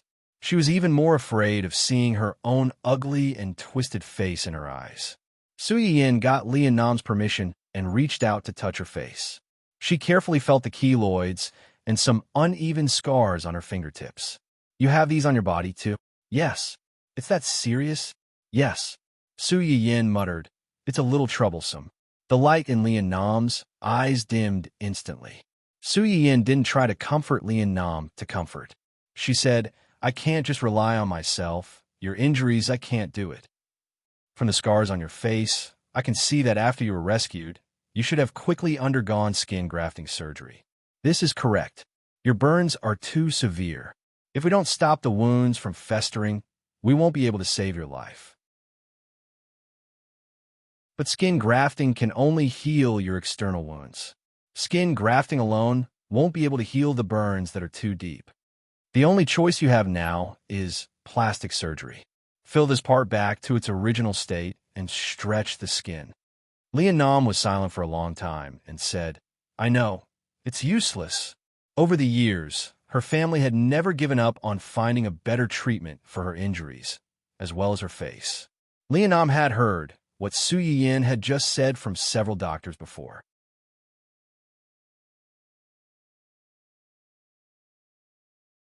Chapter 1003. It was the same statement, but at the end, it would be followed by the same warning. After plastic surgery, there would be scars, just like when she was severely burned and had to undergo skin grafting surgery, which resulted in scars all over her body. She did not look like a human, but more like a broken doll that had been stitched together. The so-called plastic surgery was nothing more than making her look less like a ghost. Are you talking about the scarring after the surgery? This is indeed unavoidable. After all, the burns on her body had already penetrated deep into her subcutaneous tissues. It was basically impossible for her to completely recover to her original state. But there is still some room for manipulation for this scar. Lian Nam's body trembled. Her eyes widened in surprise and anticipation as she looked at Su Yin. "You mean you can help me get rid of these ugly scars? I can't guarantee that it will be completely removed." Su Yin glanced at the scars on her face. "But it should be able to fade them." "Fade them?" Lian Nam's hands subconsciously tightened. "To what extent? I can't say for sure, but it should be able to fade to the point where it can be covered with makeup." Upon hearing this, Li Nam finally could not hold it in anymore. She stood up and stared at Su Yiyin with burning eyes. Really? Su Yiyin rolled her eyes. She could not be bothered to argue with Li Nam on this topic. Even an experienced doctor could not guarantee that he could cure every illness and that there would be results for every illness, especially irreversible injuries like Li Nam's. If you think that I'm boasting to fool you, you can choose not to believe me. Li Nam was silent for a while. Just when Su Yiyin thought that she would refuse to cooperate or seriously consider for a period of time like before, she suddenly heard her ask in a hoarse voice, "Did you treat Chirue and Jinyo's illness?" Su Yiyin was stunned. She did not expect that she actually knew Ning Chirue, but Jinyu? Was there anyone she knew by this name? Seeing Su Yiyin's confusion, Li Nam's expression changed a little. He coughed softly and said, "Jinyu and Chirue are good friends. He once looked for you in the hospital and asked you to treat him. That's right. There was a period of time when he wasn't very good in that aspect." It took Su Yiyin a few seconds to figure out what he meant by not being able to do that. Finally, she recalled who Jinyu was that Li Nam mentioned. "Oh, it's him." Su Yiyin seemed to have thought of something and couldn't help laughing. "How is he now?" And cough. Li Nam was unusually calm when discussing this topic with Su Yiyin. He said calmly, "It's pretty good. He used to be a playboy, changing girlfriends like changing clothes. If he didn't have clothes, he could run naked at most. If he didn't have a woman, he might die." Chirue often scolded him for being a teddy bear. After this incident, he suddenly turned over a new leaf and cultivated his character. In the past 1 or 2 years, he hasn't had many girlfriends. It's rare that he's chaste. If not for this, they wouldn't have realized that something was wrong. Su Yiyin heard Li Nam's words and raised her eyebrows. She smiled faintly and said, "You have a good relationship with him? He even told you about this kind of thing."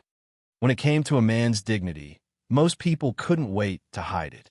Who would tell a female friend so openly? "We grew up together. It slipped out of my mouth." Su Yiyin nodded in understanding. "So, you're willing to come to me because of the two of them?"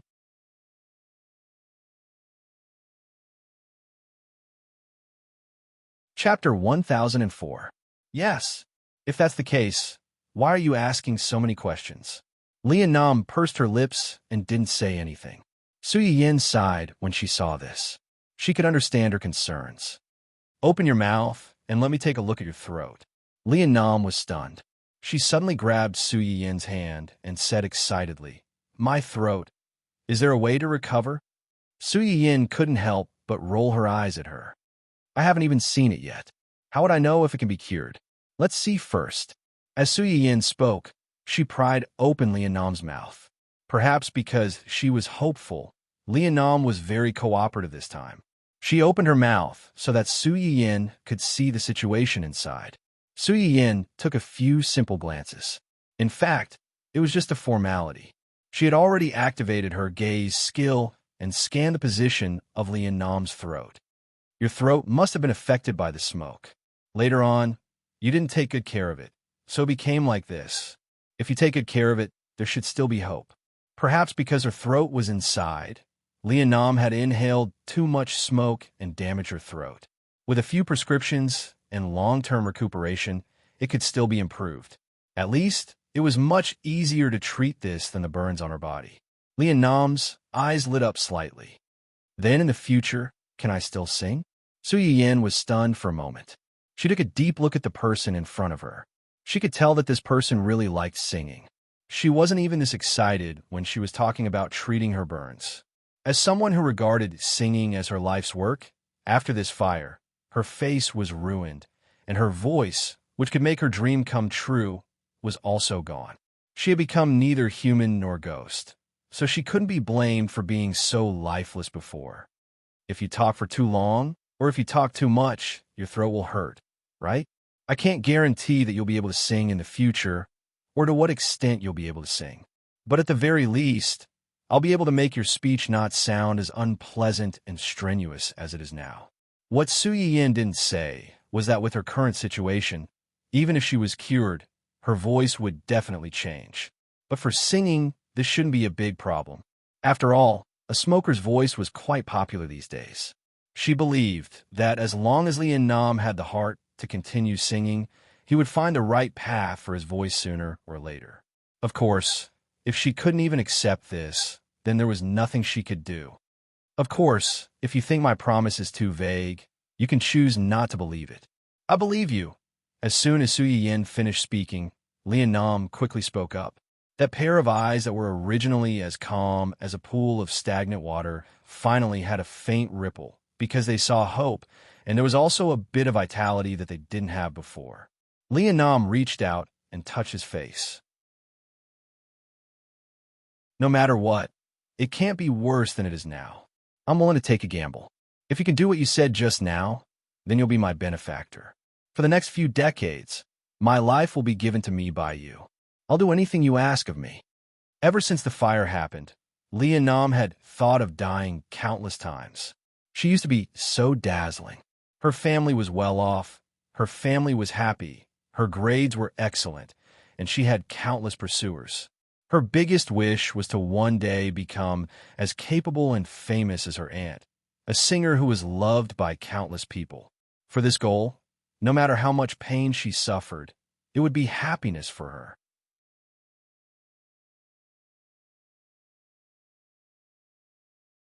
Chapter 1005.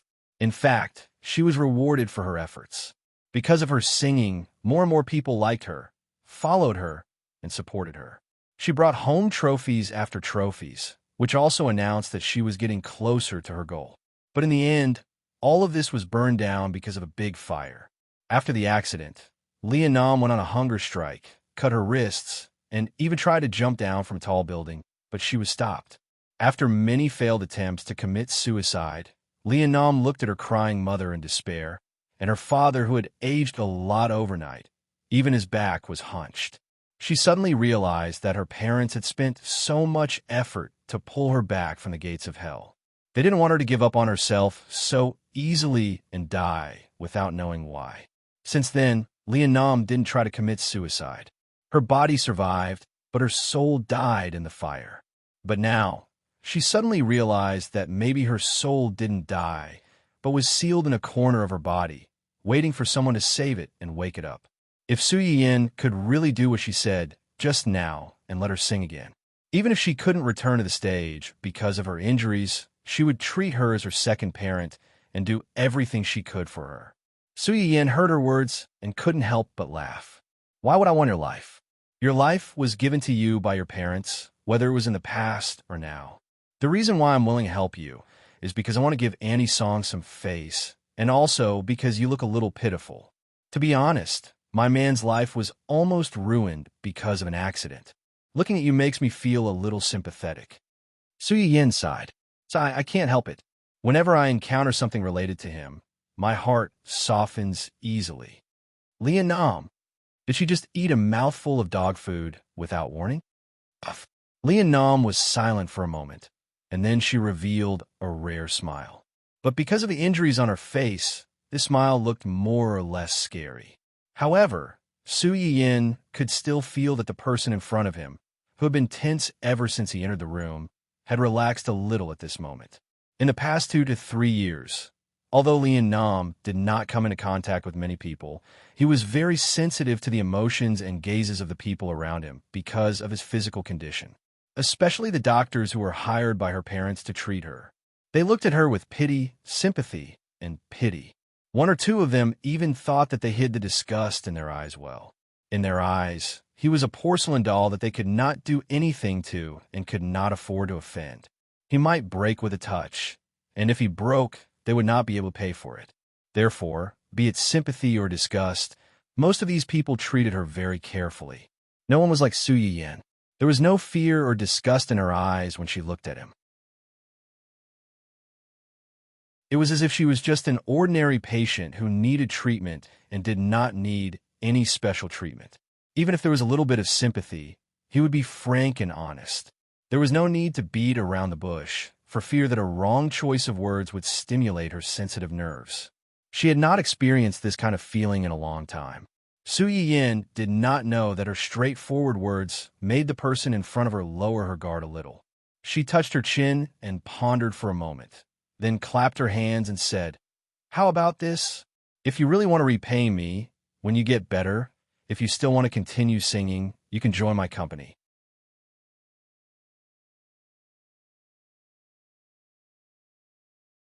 Chapter 1006. As soon as Su Yin said this, the room fell silent. The two of them stared at each other for a long time. Su Yin mistakenly thought that the other party was unwilling and realized that her words were a bit abrupt. She took the initiative to save face and said, "It's okay if you don't want to. A singer like you is probably not suitable for a management company like ours. I was wrong. Please don't take it to heart." Nam shook his head. "I'm not unwilling. I just suddenly remembered that Chirue mentioned you to me before. He said that you often like to sign patients or their family members into the company. Your hobby is a bit special." "Su Yin, what do you mean by I like to sign patients or their family members into the company?" "Clearly, you people have a favor to ask of me, so I took advantage of the situation and signed people. How did it become my fault in the end? I didn't do it. Don't talk nonsense.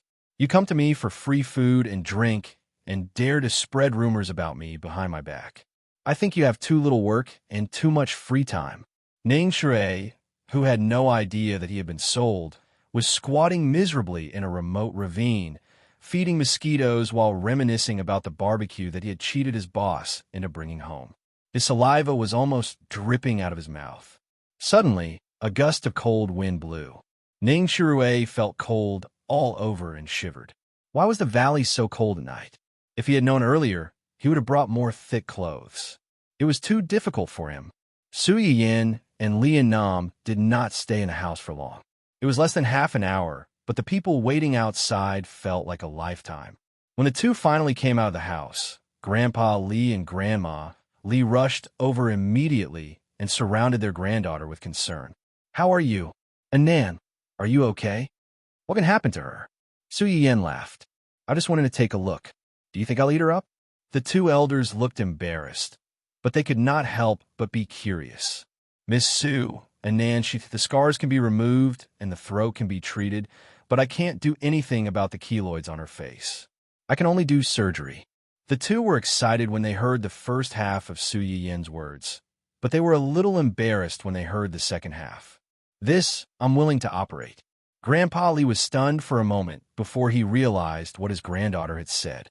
He was so excited that he held his granddaughter's hand tightly and said, Okay. As long as you are willing, Grandpa will ask your parents to find you the best plastic surgeon when we go back." Yes. Su Yin still needed to consider the ointment to remove scars and the prescription to treat her throat. It was impossible to produce them right away. In addition, for Lian Nam's throat to recover, he would need acupuncture for a period of time as an auxiliary treatment. Su Yin confirmed the time of the first treatment with them, and they did not continue to disturb him. After thanking him, they prepared to leave. Su Yin sent them out with the child in her arms. When they parted, she suddenly stopped Xian Ningxi and asked with a smile, "Chirue said that you don't have a good appetite before, so he specially ordered a barbecue and a beggar's chicken from my restaurant. I don't know if they suit your taste. How's your appetite lately?" Xian Ningxi was stunned. Only then did she realize that her boyfriend was an artist of Su Yin's company. They knew each other and were very close. "Did he ask you for the barbecue and the beggar's chicken? He also said that I don't have a good appetite?" "Yes, he said that you don't have a good appetite and everything you eat is not delicious. He was very worried about you, so he specially came to me to ask for these two. I saw that he cared about you so much, and it was not a big deal anyway, so I agreed."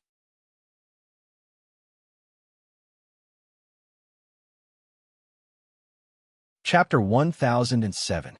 The expression on Xian Ningxi's face suddenly froze, and it took a while for her to find her voice. "So, he already knew that you were the host." "Probably. Even if he didn't notice it before, after the barbecue last time, he took the initiative to ask her for food. No matter how slow he was, he should have noticed it." Su Yin did not dwell on this topic. He looked up and asked Xian Ningxi, "Didn't he tell you?" "Tell her what?" tell her that he knew that her boss was the host, and that she had always admired the host and wanted to meet her. But for so long, he had never thought of telling her the identity of the host, or tell her that this bastard used her name to swindle and deceive her. After he was done, he even lied to her that he had spent a lot of effort to buy those things from the host store to share with her, and that she was so touched that she didn't want it anymore. When she thought of someone who knew the truth but chose not to say it, deliberately watching her make a fool of herself, Xia Ningxi was so angry that she wanted to grind her teeth on the spot. Su Yiyin saw that she didn't say anything. He frowned slightly and said, "Oh, I forgot. You knew it from missing. So, he didn't tell you." Maybe he forgot. How could he forget such an important thing? Xia Ningxi only felt that her little heart had been stabbed with a knife. Su Yiyin seemed to be unaware and continued, "Speaking of this, Chirue is now the backbone of our company. You are his girlfriend. Strictly speaking, you are also an employee's family member, so you can enjoy employee benefits. If you just want to jump the queue and get a number, you don't have to enter the company." If Xia Ningxi had heard Su Yiyin's words half an hour ago, she would have been so happy that she would have jumped on the spot. In Xia Ningxi's ears, these words were tantamount to adding fuel to the fire, and the fire in Xia Ningxi's heart was ignited. "This big liar full of lies, you are dead." Achoo! The evening wind in the mountains was always cool, but it also brought with it a creepy whimper. Ning Chirue hugged his chest with his hands and couldn't help but shiver. "It's over. This gully is so cold when it gets dark. If I stay here all night, I'm afraid I will catch a cold tomorrow." At the thought of this, Ning Chirue's face fell. So why was he so stubborn? Why did he give up his comfortable life and come to this remote place to suffer? Not to mention that Ning Chirue, who was experiencing a tragedy, did not know that there was an even more terrible tragedy waiting for him 2 days later. Su Yiyin was in a good mood after successfully swindling the guy who spoke ill of her behind her back. She hugged her soft little son and kissed him a few times, making the little guy giggle. When Hua Chenhuan returned home and saw this scene, her originally flat lips couldn't help but curl up a little. She slowly walked behind the two of them and hugged them. Su Yiyin was startled. He turned to look at him and said with a faint smile, "You're back." Hua Chenhuan responded in a low voice and leaned over to kiss Su Yiyin's forehead naturally. The baby in Su Yiyin's arms looked at this scene with his big eyes. Suddenly, he raised his hand and cried out, trying to attract the attention of his parents. Sure enough, as soon as Su Yiyin heard his cry, she immediately looked down and chuckled. "Baby, are you jealous because you saw Daddy kissing Mommy?" "Ah, woo woo woo." The little guy's little chubby hand clenched into a fist, shaking and waving, as if agreeing with his mother's words.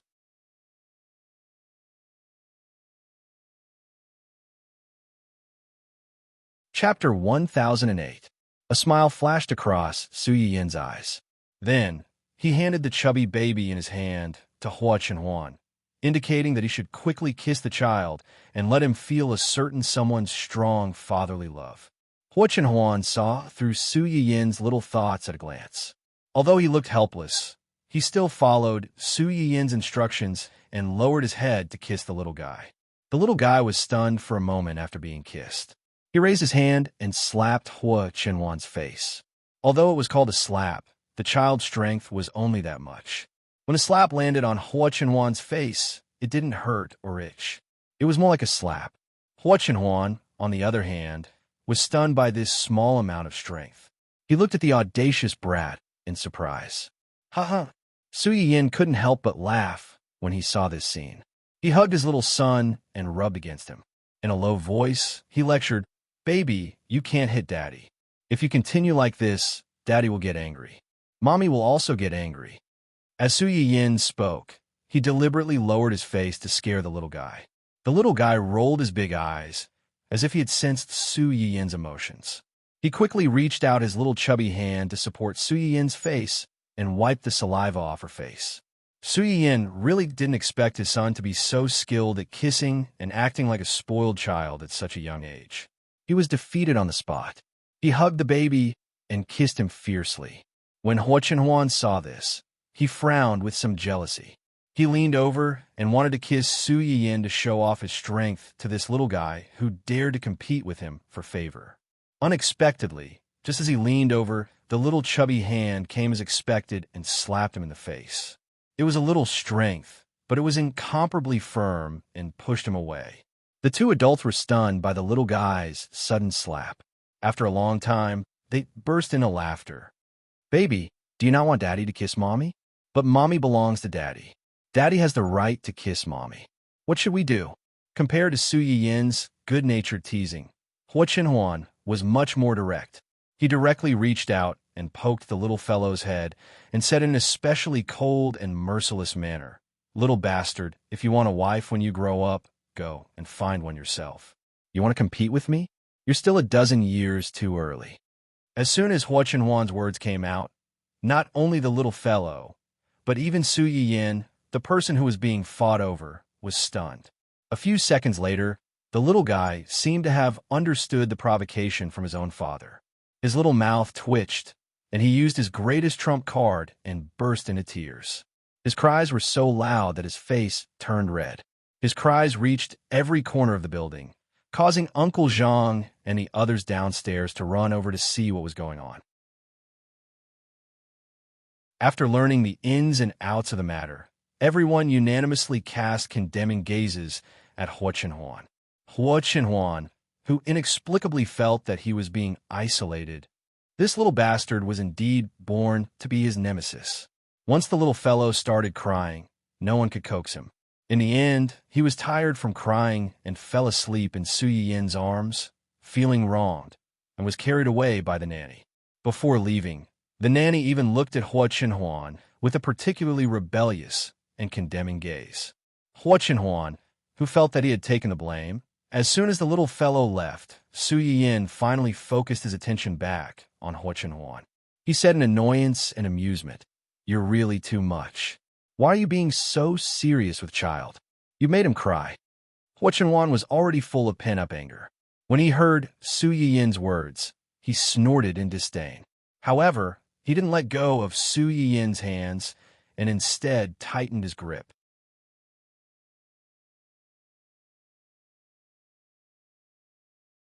Chapter 1009. Kid, you know how to compete with me at such a young age. I don't know how lawless you will be when you grow up. After Hua Chenhuan finished speaking, she rested her chin on Su Yiyin's shoulder and imitated the little guy's pitiful behavior. "You still blame me? Forget about the others. Didn't you see that the little bastard didn't let me kiss you just now? Don't call him a little bastard." Su Yiyin reached out and pinched Hua Chenhuan's cheek. "If he's a little bastard, then what are you? A big bastard?" Hua Chenhuan choked and snorted angrily. Su Yiyin was also a little helpless. This guy was obviously fine before, and he liked the little guy very much at first. Why did he become more and more wrong recently? He even became jealous of the little guy. If this were to be spread out, a group of people would laugh their teeth off. Okay. When the little guy was here, he didn't let me kiss you. Now that he's not here, I'll kiss you a few more times to make up for it." Su Yiyin immediately turned his head and kissed Hua Chenhuan a few more times. Hua Chenhuan's expression became better. Although he was still a little depressed that his wife chose his son first between his son and himself, which made him a little uncomfortable, at least he didn't hate her as much as before. Su Yiyin, who had just coaxed the little baby, now had to coax the big baby. He felt a little tired. Taking advantage of Hua Chenhuan's stupor from his kiss, he quickly changed the topic. "Speaking of which, Auntie Song and the others came to visit us for a while just now." "Auntie Song?" Hua Chenhuan frowned. "What did they come for?" Su Yiyin briefly explained the matter. Hua Chenhuan immediately grasped the key point. "You want to help her?" "To be precise, I want to help those young people who have been treated unfairly because of their scars." When Su Yiyin said this, his eyes were fixed on Hua Chenhuan. "If I remember correctly, you also have a few scars on your body. The car accident that year had destroyed Hua Chenhuan's legs. One could imagine how serious it was. Other than the internal injuries on his legs, Hua Chenhuan's body was still covered with many external injuries from the car accident back then." Hua Chenhuan was stunned. She grabbed Su Yiyin's hand that was touching her body. She took a deep breath and said hoarsely, It's just some small scars. It's not a big deal. Sui Yin's hand was grabbed by Wei Xiaobao, so he did not make any more trouble. However, he did not agree with what Wei Xiaobao said. That's because your scars are all on your body. Moreover, they are relatively scattered. There is no large area connected together. If you cover them with your clothes, you won't see them. If it's on the face, arm, or calf, there will be 1 or 2 large injuries. Other things aside, girls definitely won't dare to casually wear short sleeves or miniskirts. Men tend to be more mindful of their words. I reckon they wouldn't dare to casually wear short shirts and shorts, let alone swim. When Huo Chenhuan heard what he said, the main point was a little off. If these scars were on my face back then, would you still like me? Sui Yin pondered for a moment. That's hard to say. 1 or 2 small scars are fine. If it's a big scar, maybe Huo Chenhuan's eyes were slightly cold. Maybe what? Maybe I won't be able to fall in love with you at first sight. Huo Chenhuan could not help laughing. So, you fell in love with me at first sight because of my face? Otherwise, who doesn't fall in love with your face at first sight? As Sui Yin said, he touched Huo Chenhuan's face in a particularly frivolous way. Doesn't this also indirectly show that your face is handsome and has the capital to fall in love with you at first sight?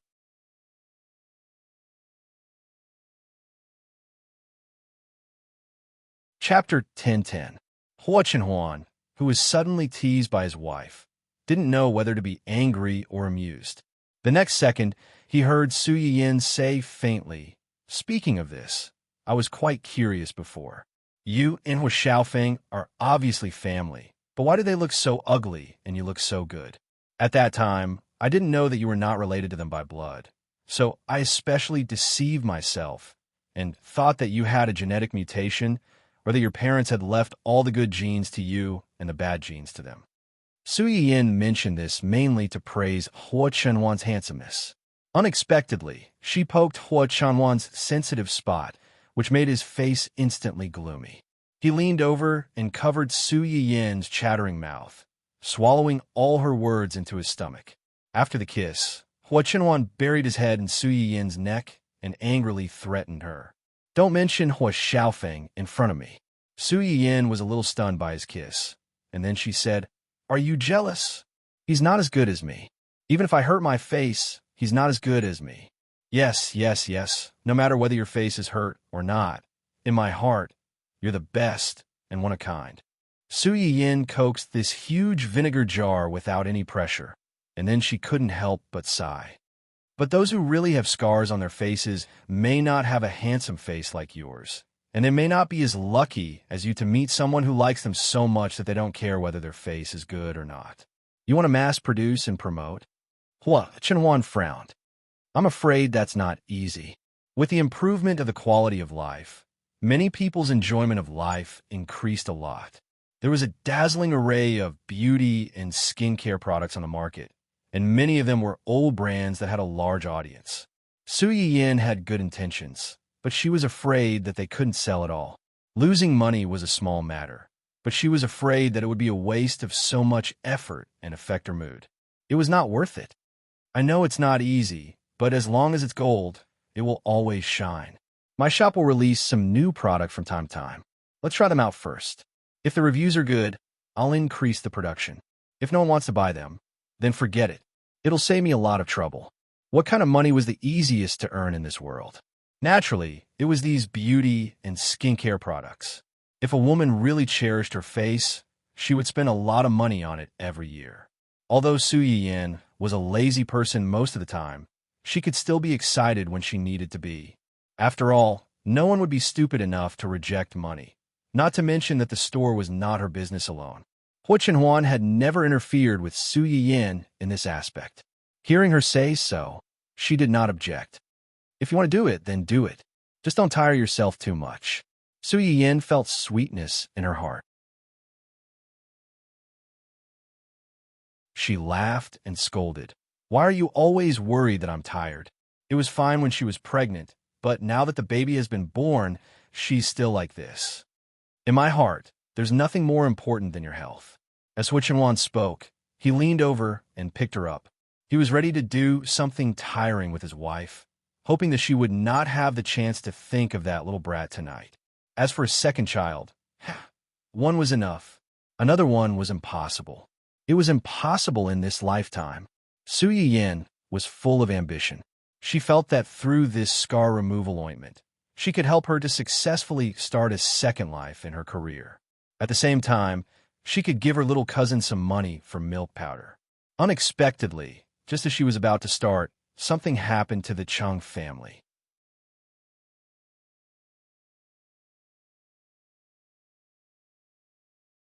Chapter 10:11. What?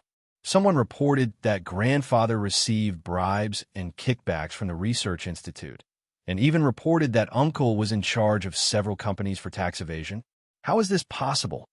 When Su Yiyin heard about this, her face darkened.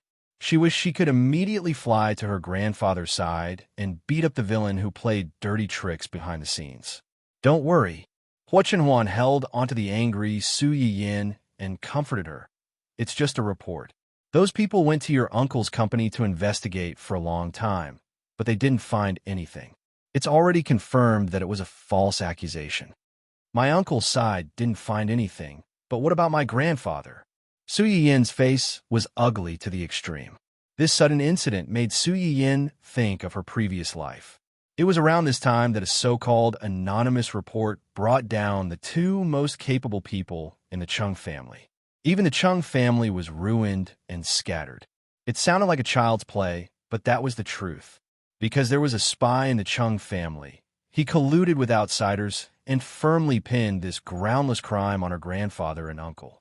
This spy was unsurprisingly Chung Fenglang, who entered Chung Juanhao's company at that time and served as the company's senior executive. Although the main branch of the Chung family and the side branches didn't live together, their relationship had always been good. Most of them were willing to help if they could. Take Chung Juanhao, for example. His parents and elders may be strange, but his ability was not bad. Because he had a crush on Su Yiyin, he was later schemed by Grandfather Chung and sent abroad. Grandfather Chung also felt a little guilty toward him. Therefore, not long after he returned to the country in her previous life, Chung Juanhao arranged for him to enter his own company and gave him a lot of benefits. He didn't want to bury the root of the disaster for the entire family and raise a terrible ingrate. In this life, Su Yiyin knew from the beginning that this person's heart wasn't good. After Chung Juanhao sent him to the company, she gave him a warning in advance. As a result, Chung Fenglang didn't enter Chung Juanhao's company as smoothly as in her previous life.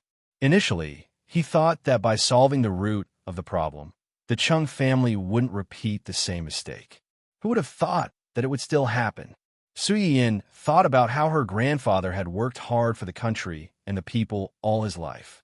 He was not particular about food, clothing, housing, and transportation, and had never bought anything valuable for her. Anything that was worth more than 4 or 5 digits was basically given to him by the younger generation out of filial piety. Even the old house at home was given to him by the higher-ups for his meritorious contributions. It had not been changed for decades. Such a person who had dedicated most of his life was framed and slandered by others in the end. In turn, he was cursed and scolded by those who had once enjoyed his kindness. He couldn't keep his integrity in his old age and finally died of depression. His uncle had never done anything wrong. In order to accumulate good karma and have a child that belonged to him and his wife, he had done all kinds of charity for decades. However, because of the betrayal of the people around him, he had inexplicably been charged with a crime. If it wasn't for Hua Chenhuan in her previous life who pulled him at a critical moment, he might have been jailed. When she thought of this, Su Yiyin couldn't control the anger in her heart. She wanted to tear Chung Fenglong's family apart. Grandfather is fine. They're all fine. Don't scare yourself. Do my mom and the others know about this? Got it. They were the ones who called me, Wang Yao said. Su Yiyin frowned. Why did they only call you and not me?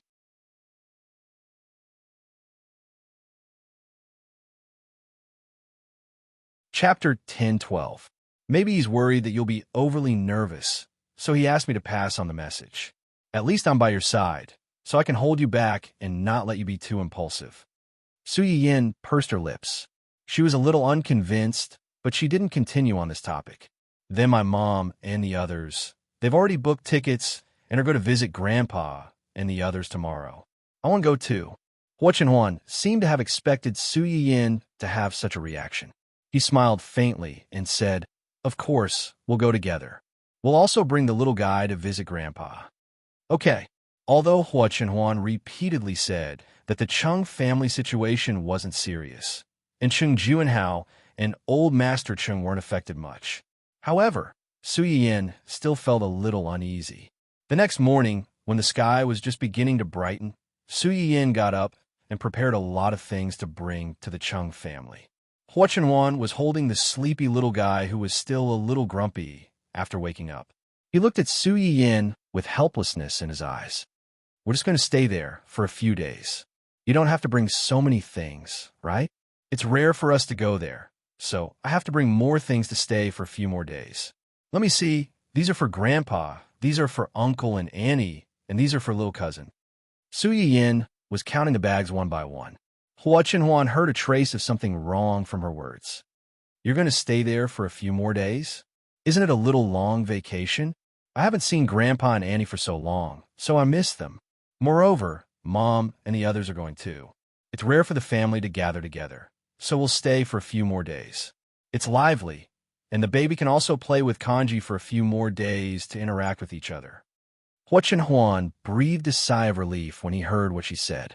It turned out that they were going to stay together for a period of time. He thought that his wife and children would run away after he went out. It would be awkward if he came back alone. The whole family packed up their things and rushed to the airport excitedly to meet up with Cheng Xiuqin and the others. Unsurprisingly, Cheng Xiuqin also brought a lot of things. He was happy to be empty-handed, but his father and Su Yuxuan had to work hard as porters. At first, Su Yin was a little worried that the little guy would cry because he couldn't adapt to the oppressive atmosphere on the plane. Unexpectedly, the little guy went asleep as soon as he drank his milk. When he woke up, the plane had just landed, and the jet lag was just right. Cheng Juanhao knew that they were coming, so he drove a bigger car to pick them up.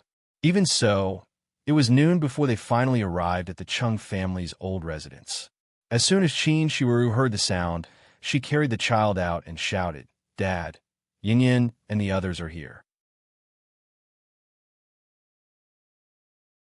As soon as Su Yin got out of the car, she saw the two people. Her attention was immediately focused on old Master Cheng. She quickly stepped forward to hold his hand and said with concern, "Grandpa, how are you? Why do you look so pale? Did you not sleep well these 2 days?"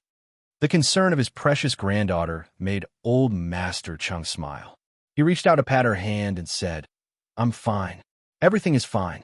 Grandpa is old, and he doesn't sleep much. By the way, where is my great-grandson? Didn't you say that you were going to bring him to see me? I've been thinking about it all day." Here, Hua Chenhuan heard this and carried the child forward. The last time a little guy saw his great-grandfather was when he was 1 month old. After a few months, he didn't know if he still remembered. Fortunately, the little guy didn't seem to be afraid of strangers since he was born, except when he showed some hostility to his father. As long as Su Yin was present, he was very easy to talk to.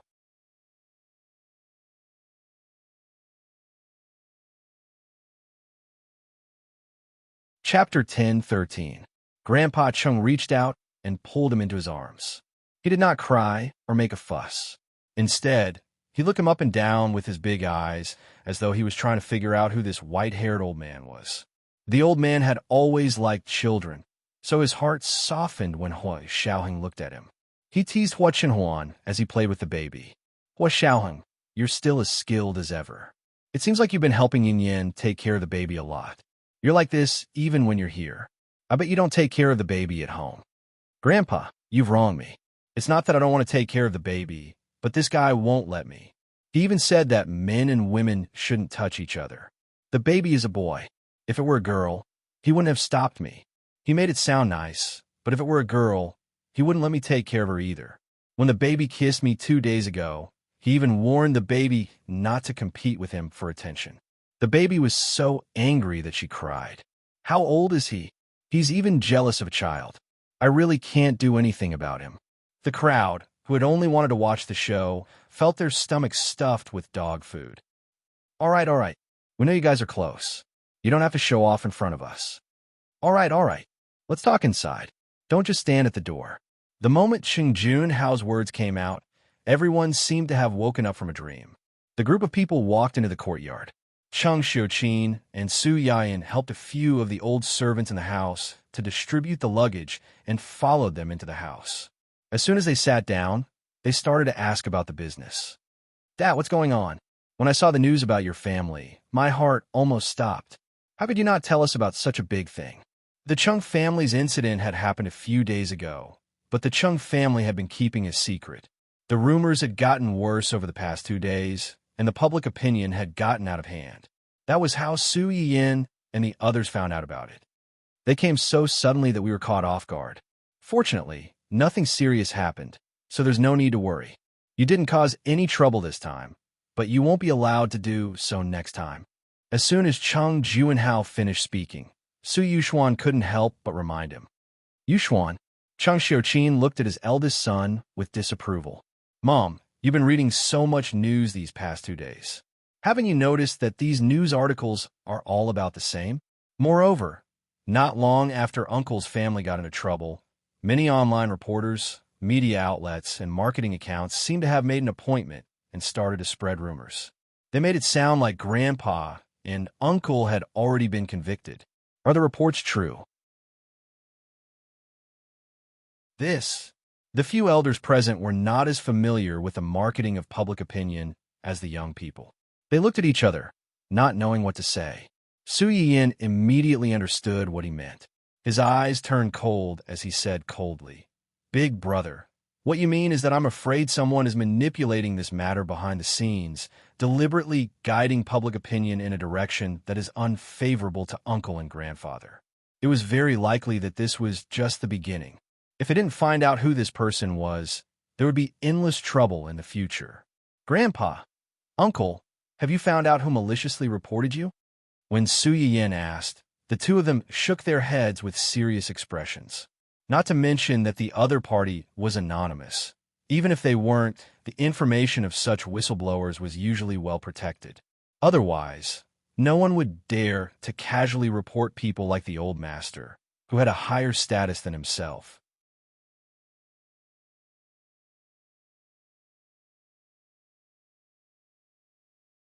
Chapter 10:14.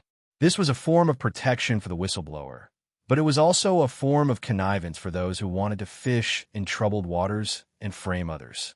Actually, in addition to the company and Dad's research institute, something else has happened in the past 2 days. "Junhao, Dad, it's already come to this. What's there to hide? There are no outsiders here." Cheng Xiuqin also felt that something was wrong when he heard this. He frowned and said, "Dad, what else are you hiding from us?" "Actually, it's nothing much. It's just some old stories from the Research Institute." Cheng Junhao was furious. "That's nothing? That shameless person even took advantage of you and accused you of plagiarism." "Plagiarism?" Su Yiyin's expression changed slightly. What could Grandpa have plagiarized?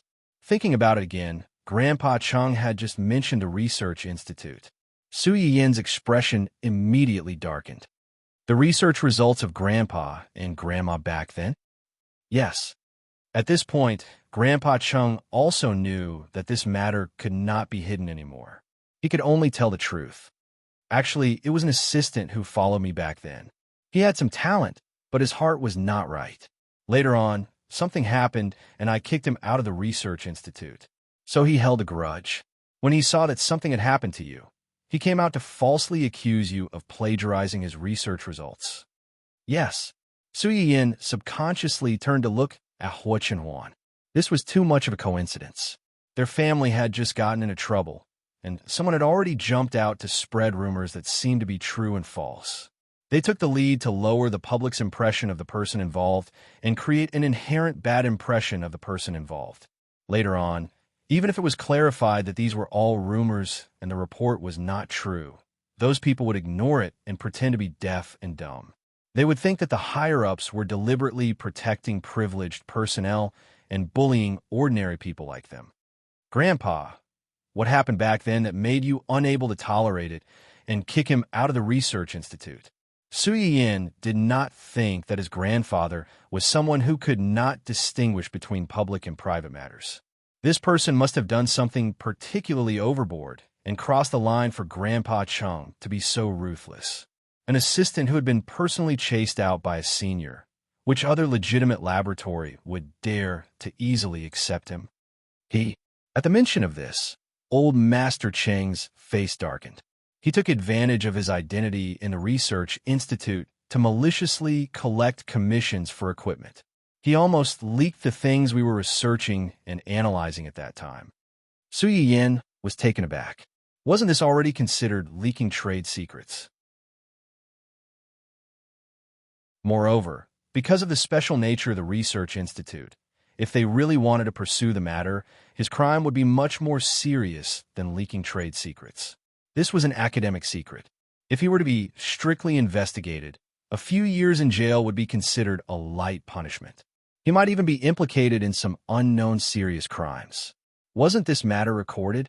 If it had been recorded, he wouldn't have been able to jump up and down and bite back. When the matter was exposed, he knelt in front of me and your grandmother to admit his mistake. He asked us to give him a chance to turn over a new leaf. Your grandmother was soft-hearted and felt that he had just gone astray for a moment. In the end, he couldn't bear to see a young man's life ruined because of this, so he only asked me to kick him out of the research institute and never hire him again. However, it turned out that some people were crooked from the very beginning. Even if you gave him 1,000 or 10,000 chances, he would not really repent. Temporarily admitting his mistake and pleading for leniency was just to find an opportunity to pick up the butcher's knife in the future. Needless soft-heartedness would only be exchanged for another counterattack by the ingrate.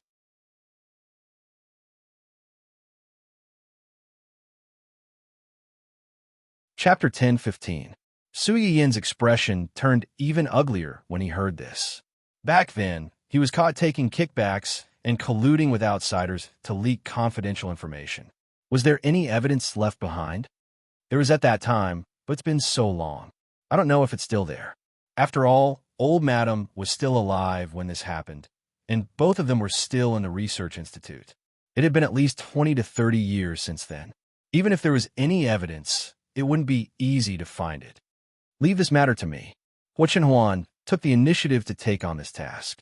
However, I might need grandfather to talk to the people at the research institute and ask them to cooperate. After all, it wasn't appropriate to disclose too much of the research at the research institute to the outside world. Hua Chenhuan could ask someone to help restore some of the relevant information, but if the people at the research institute didn't agree to help during the process, it would be easy to be caught red-handed and make things worse. This isn't difficult. Old Master Cheng looked deeply at Hua Chenhuan and his wife. After all, he had been retired for many years. Most of the current senior management at the Research Institute were technically his juniors. However, an elder who was no longer in the Research Institute and had no real power might give you some face on the surface, but in reality, he might not really respect you. The reason he said this now was entirely because of the batch of Chinese herbs that Su Yin had previously provided for the Research Institute, as well as Su Yuxuan's current cooperation with the Research Institute. Both sides had a relationship of mutual benefit. In addition to his old face, it was relatively more confident to ask them to give him face. Su Yuxuan obviously knew this as well. He said spontaneously, "In a while, Yin Yin and I will call the director and ask him to cooperate. How many days will it take to get results?" Hua Chenhuan briefly considered the difficulty of this matter and gave a specific time. "In 2 days. Okay, I'll call him in a while." Hua Chenhuan nodded in agreement. He turned his head and saw Su Yin's worried expression. He asked in a low voice, "What's wrong? Are you still worried?" "Grandfather, what does that man do now? Did you find out?" "I've looked into it." Cheng Juanhao took the opportunity to interject. "This man is just an ordinary executive of a small company. He only has one son in his family, and he's not very successful." "An executive from a small company?" Su Yin frowned. How could an executive from a small company cause such a big disturbance? Why are you encouraging so many media outlets to set the pace? You mean, there must be someone else behind this. Su Yin took a deep breath and said coldly, Uncle, have you tried to investigate Cheng Fenglong's family? As soon as Su Yin said this, not only Cheng Juanhao, but also several elders present were shocked. They looked at each other and said, Why did you suddenly mention their family? Cheng Juanhao was the first to react. Are you suspecting that this incident is related to them? Yes. Su Yin always felt that there was something fishy about this matter. In this life, although Cheng Fenglang did not enter Cheng Juanhao's company, this incident suddenly happened at this time. He even contacted the major media outlets in advance and said with certainty, as if he had already expected that Cheng Juanhao would have problems internally. Only the people inside the company knew about the internal accounts of a company. It was impossible for it to be leaked easily. This matter was like there was a mole in the company. Even if this matter was not done by Cheng Fenglang, Su Yin felt that this matter could not be separated from him.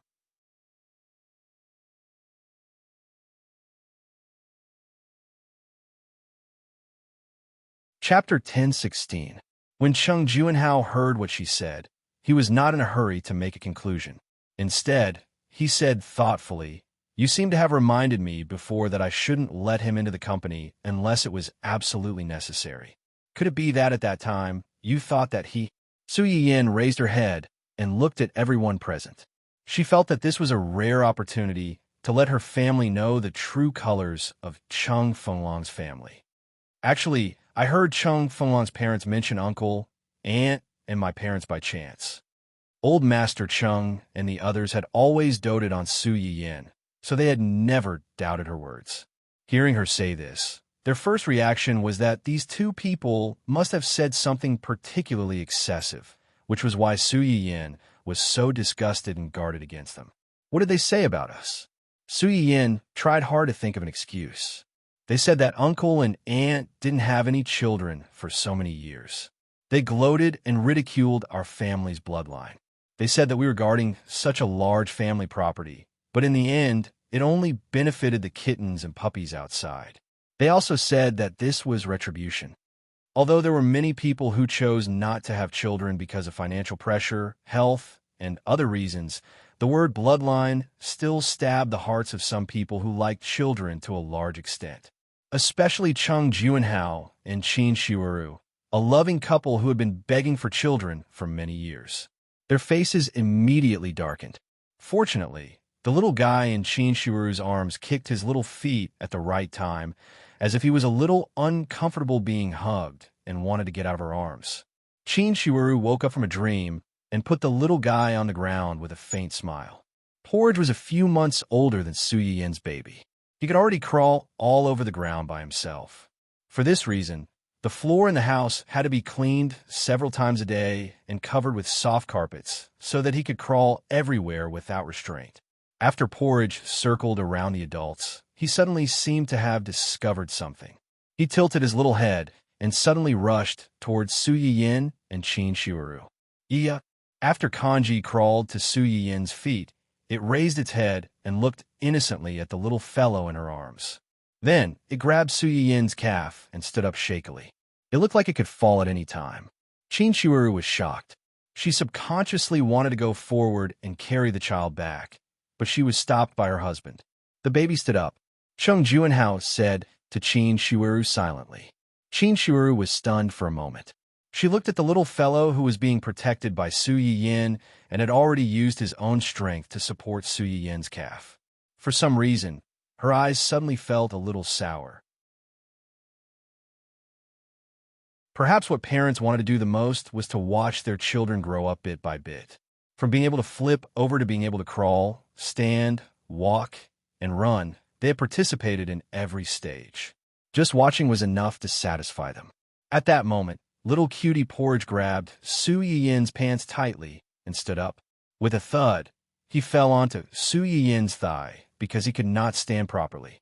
After being stunned for a while, he seemed to realize what had happened and chuckled. Unlike little Xing Xing, who only had small and tender teeth when he smiled, Porridge was almost a year old. A few millet-sized tender teeth had popped out from all over his body. When he stood up, these little teeth could be seen, and it made one's heart soften. Yeah. After Porridge finished laughing, he reached out his little hand to reach little Xing Xing. As he reached, he kept calling out, as if he was greeting his little nephew. You're tuning into the Romance Rendezvous YouTube channel. We're so grateful for your support, and don't forget to subscribe to join us on this incredible journey through captivating stories. Your generosity through donations truly makes a world of difference, as it's the primary source of revenue that allows me to expand and enhance this channel for you. Thank you from the bottom of my heart for being a part of this adventure.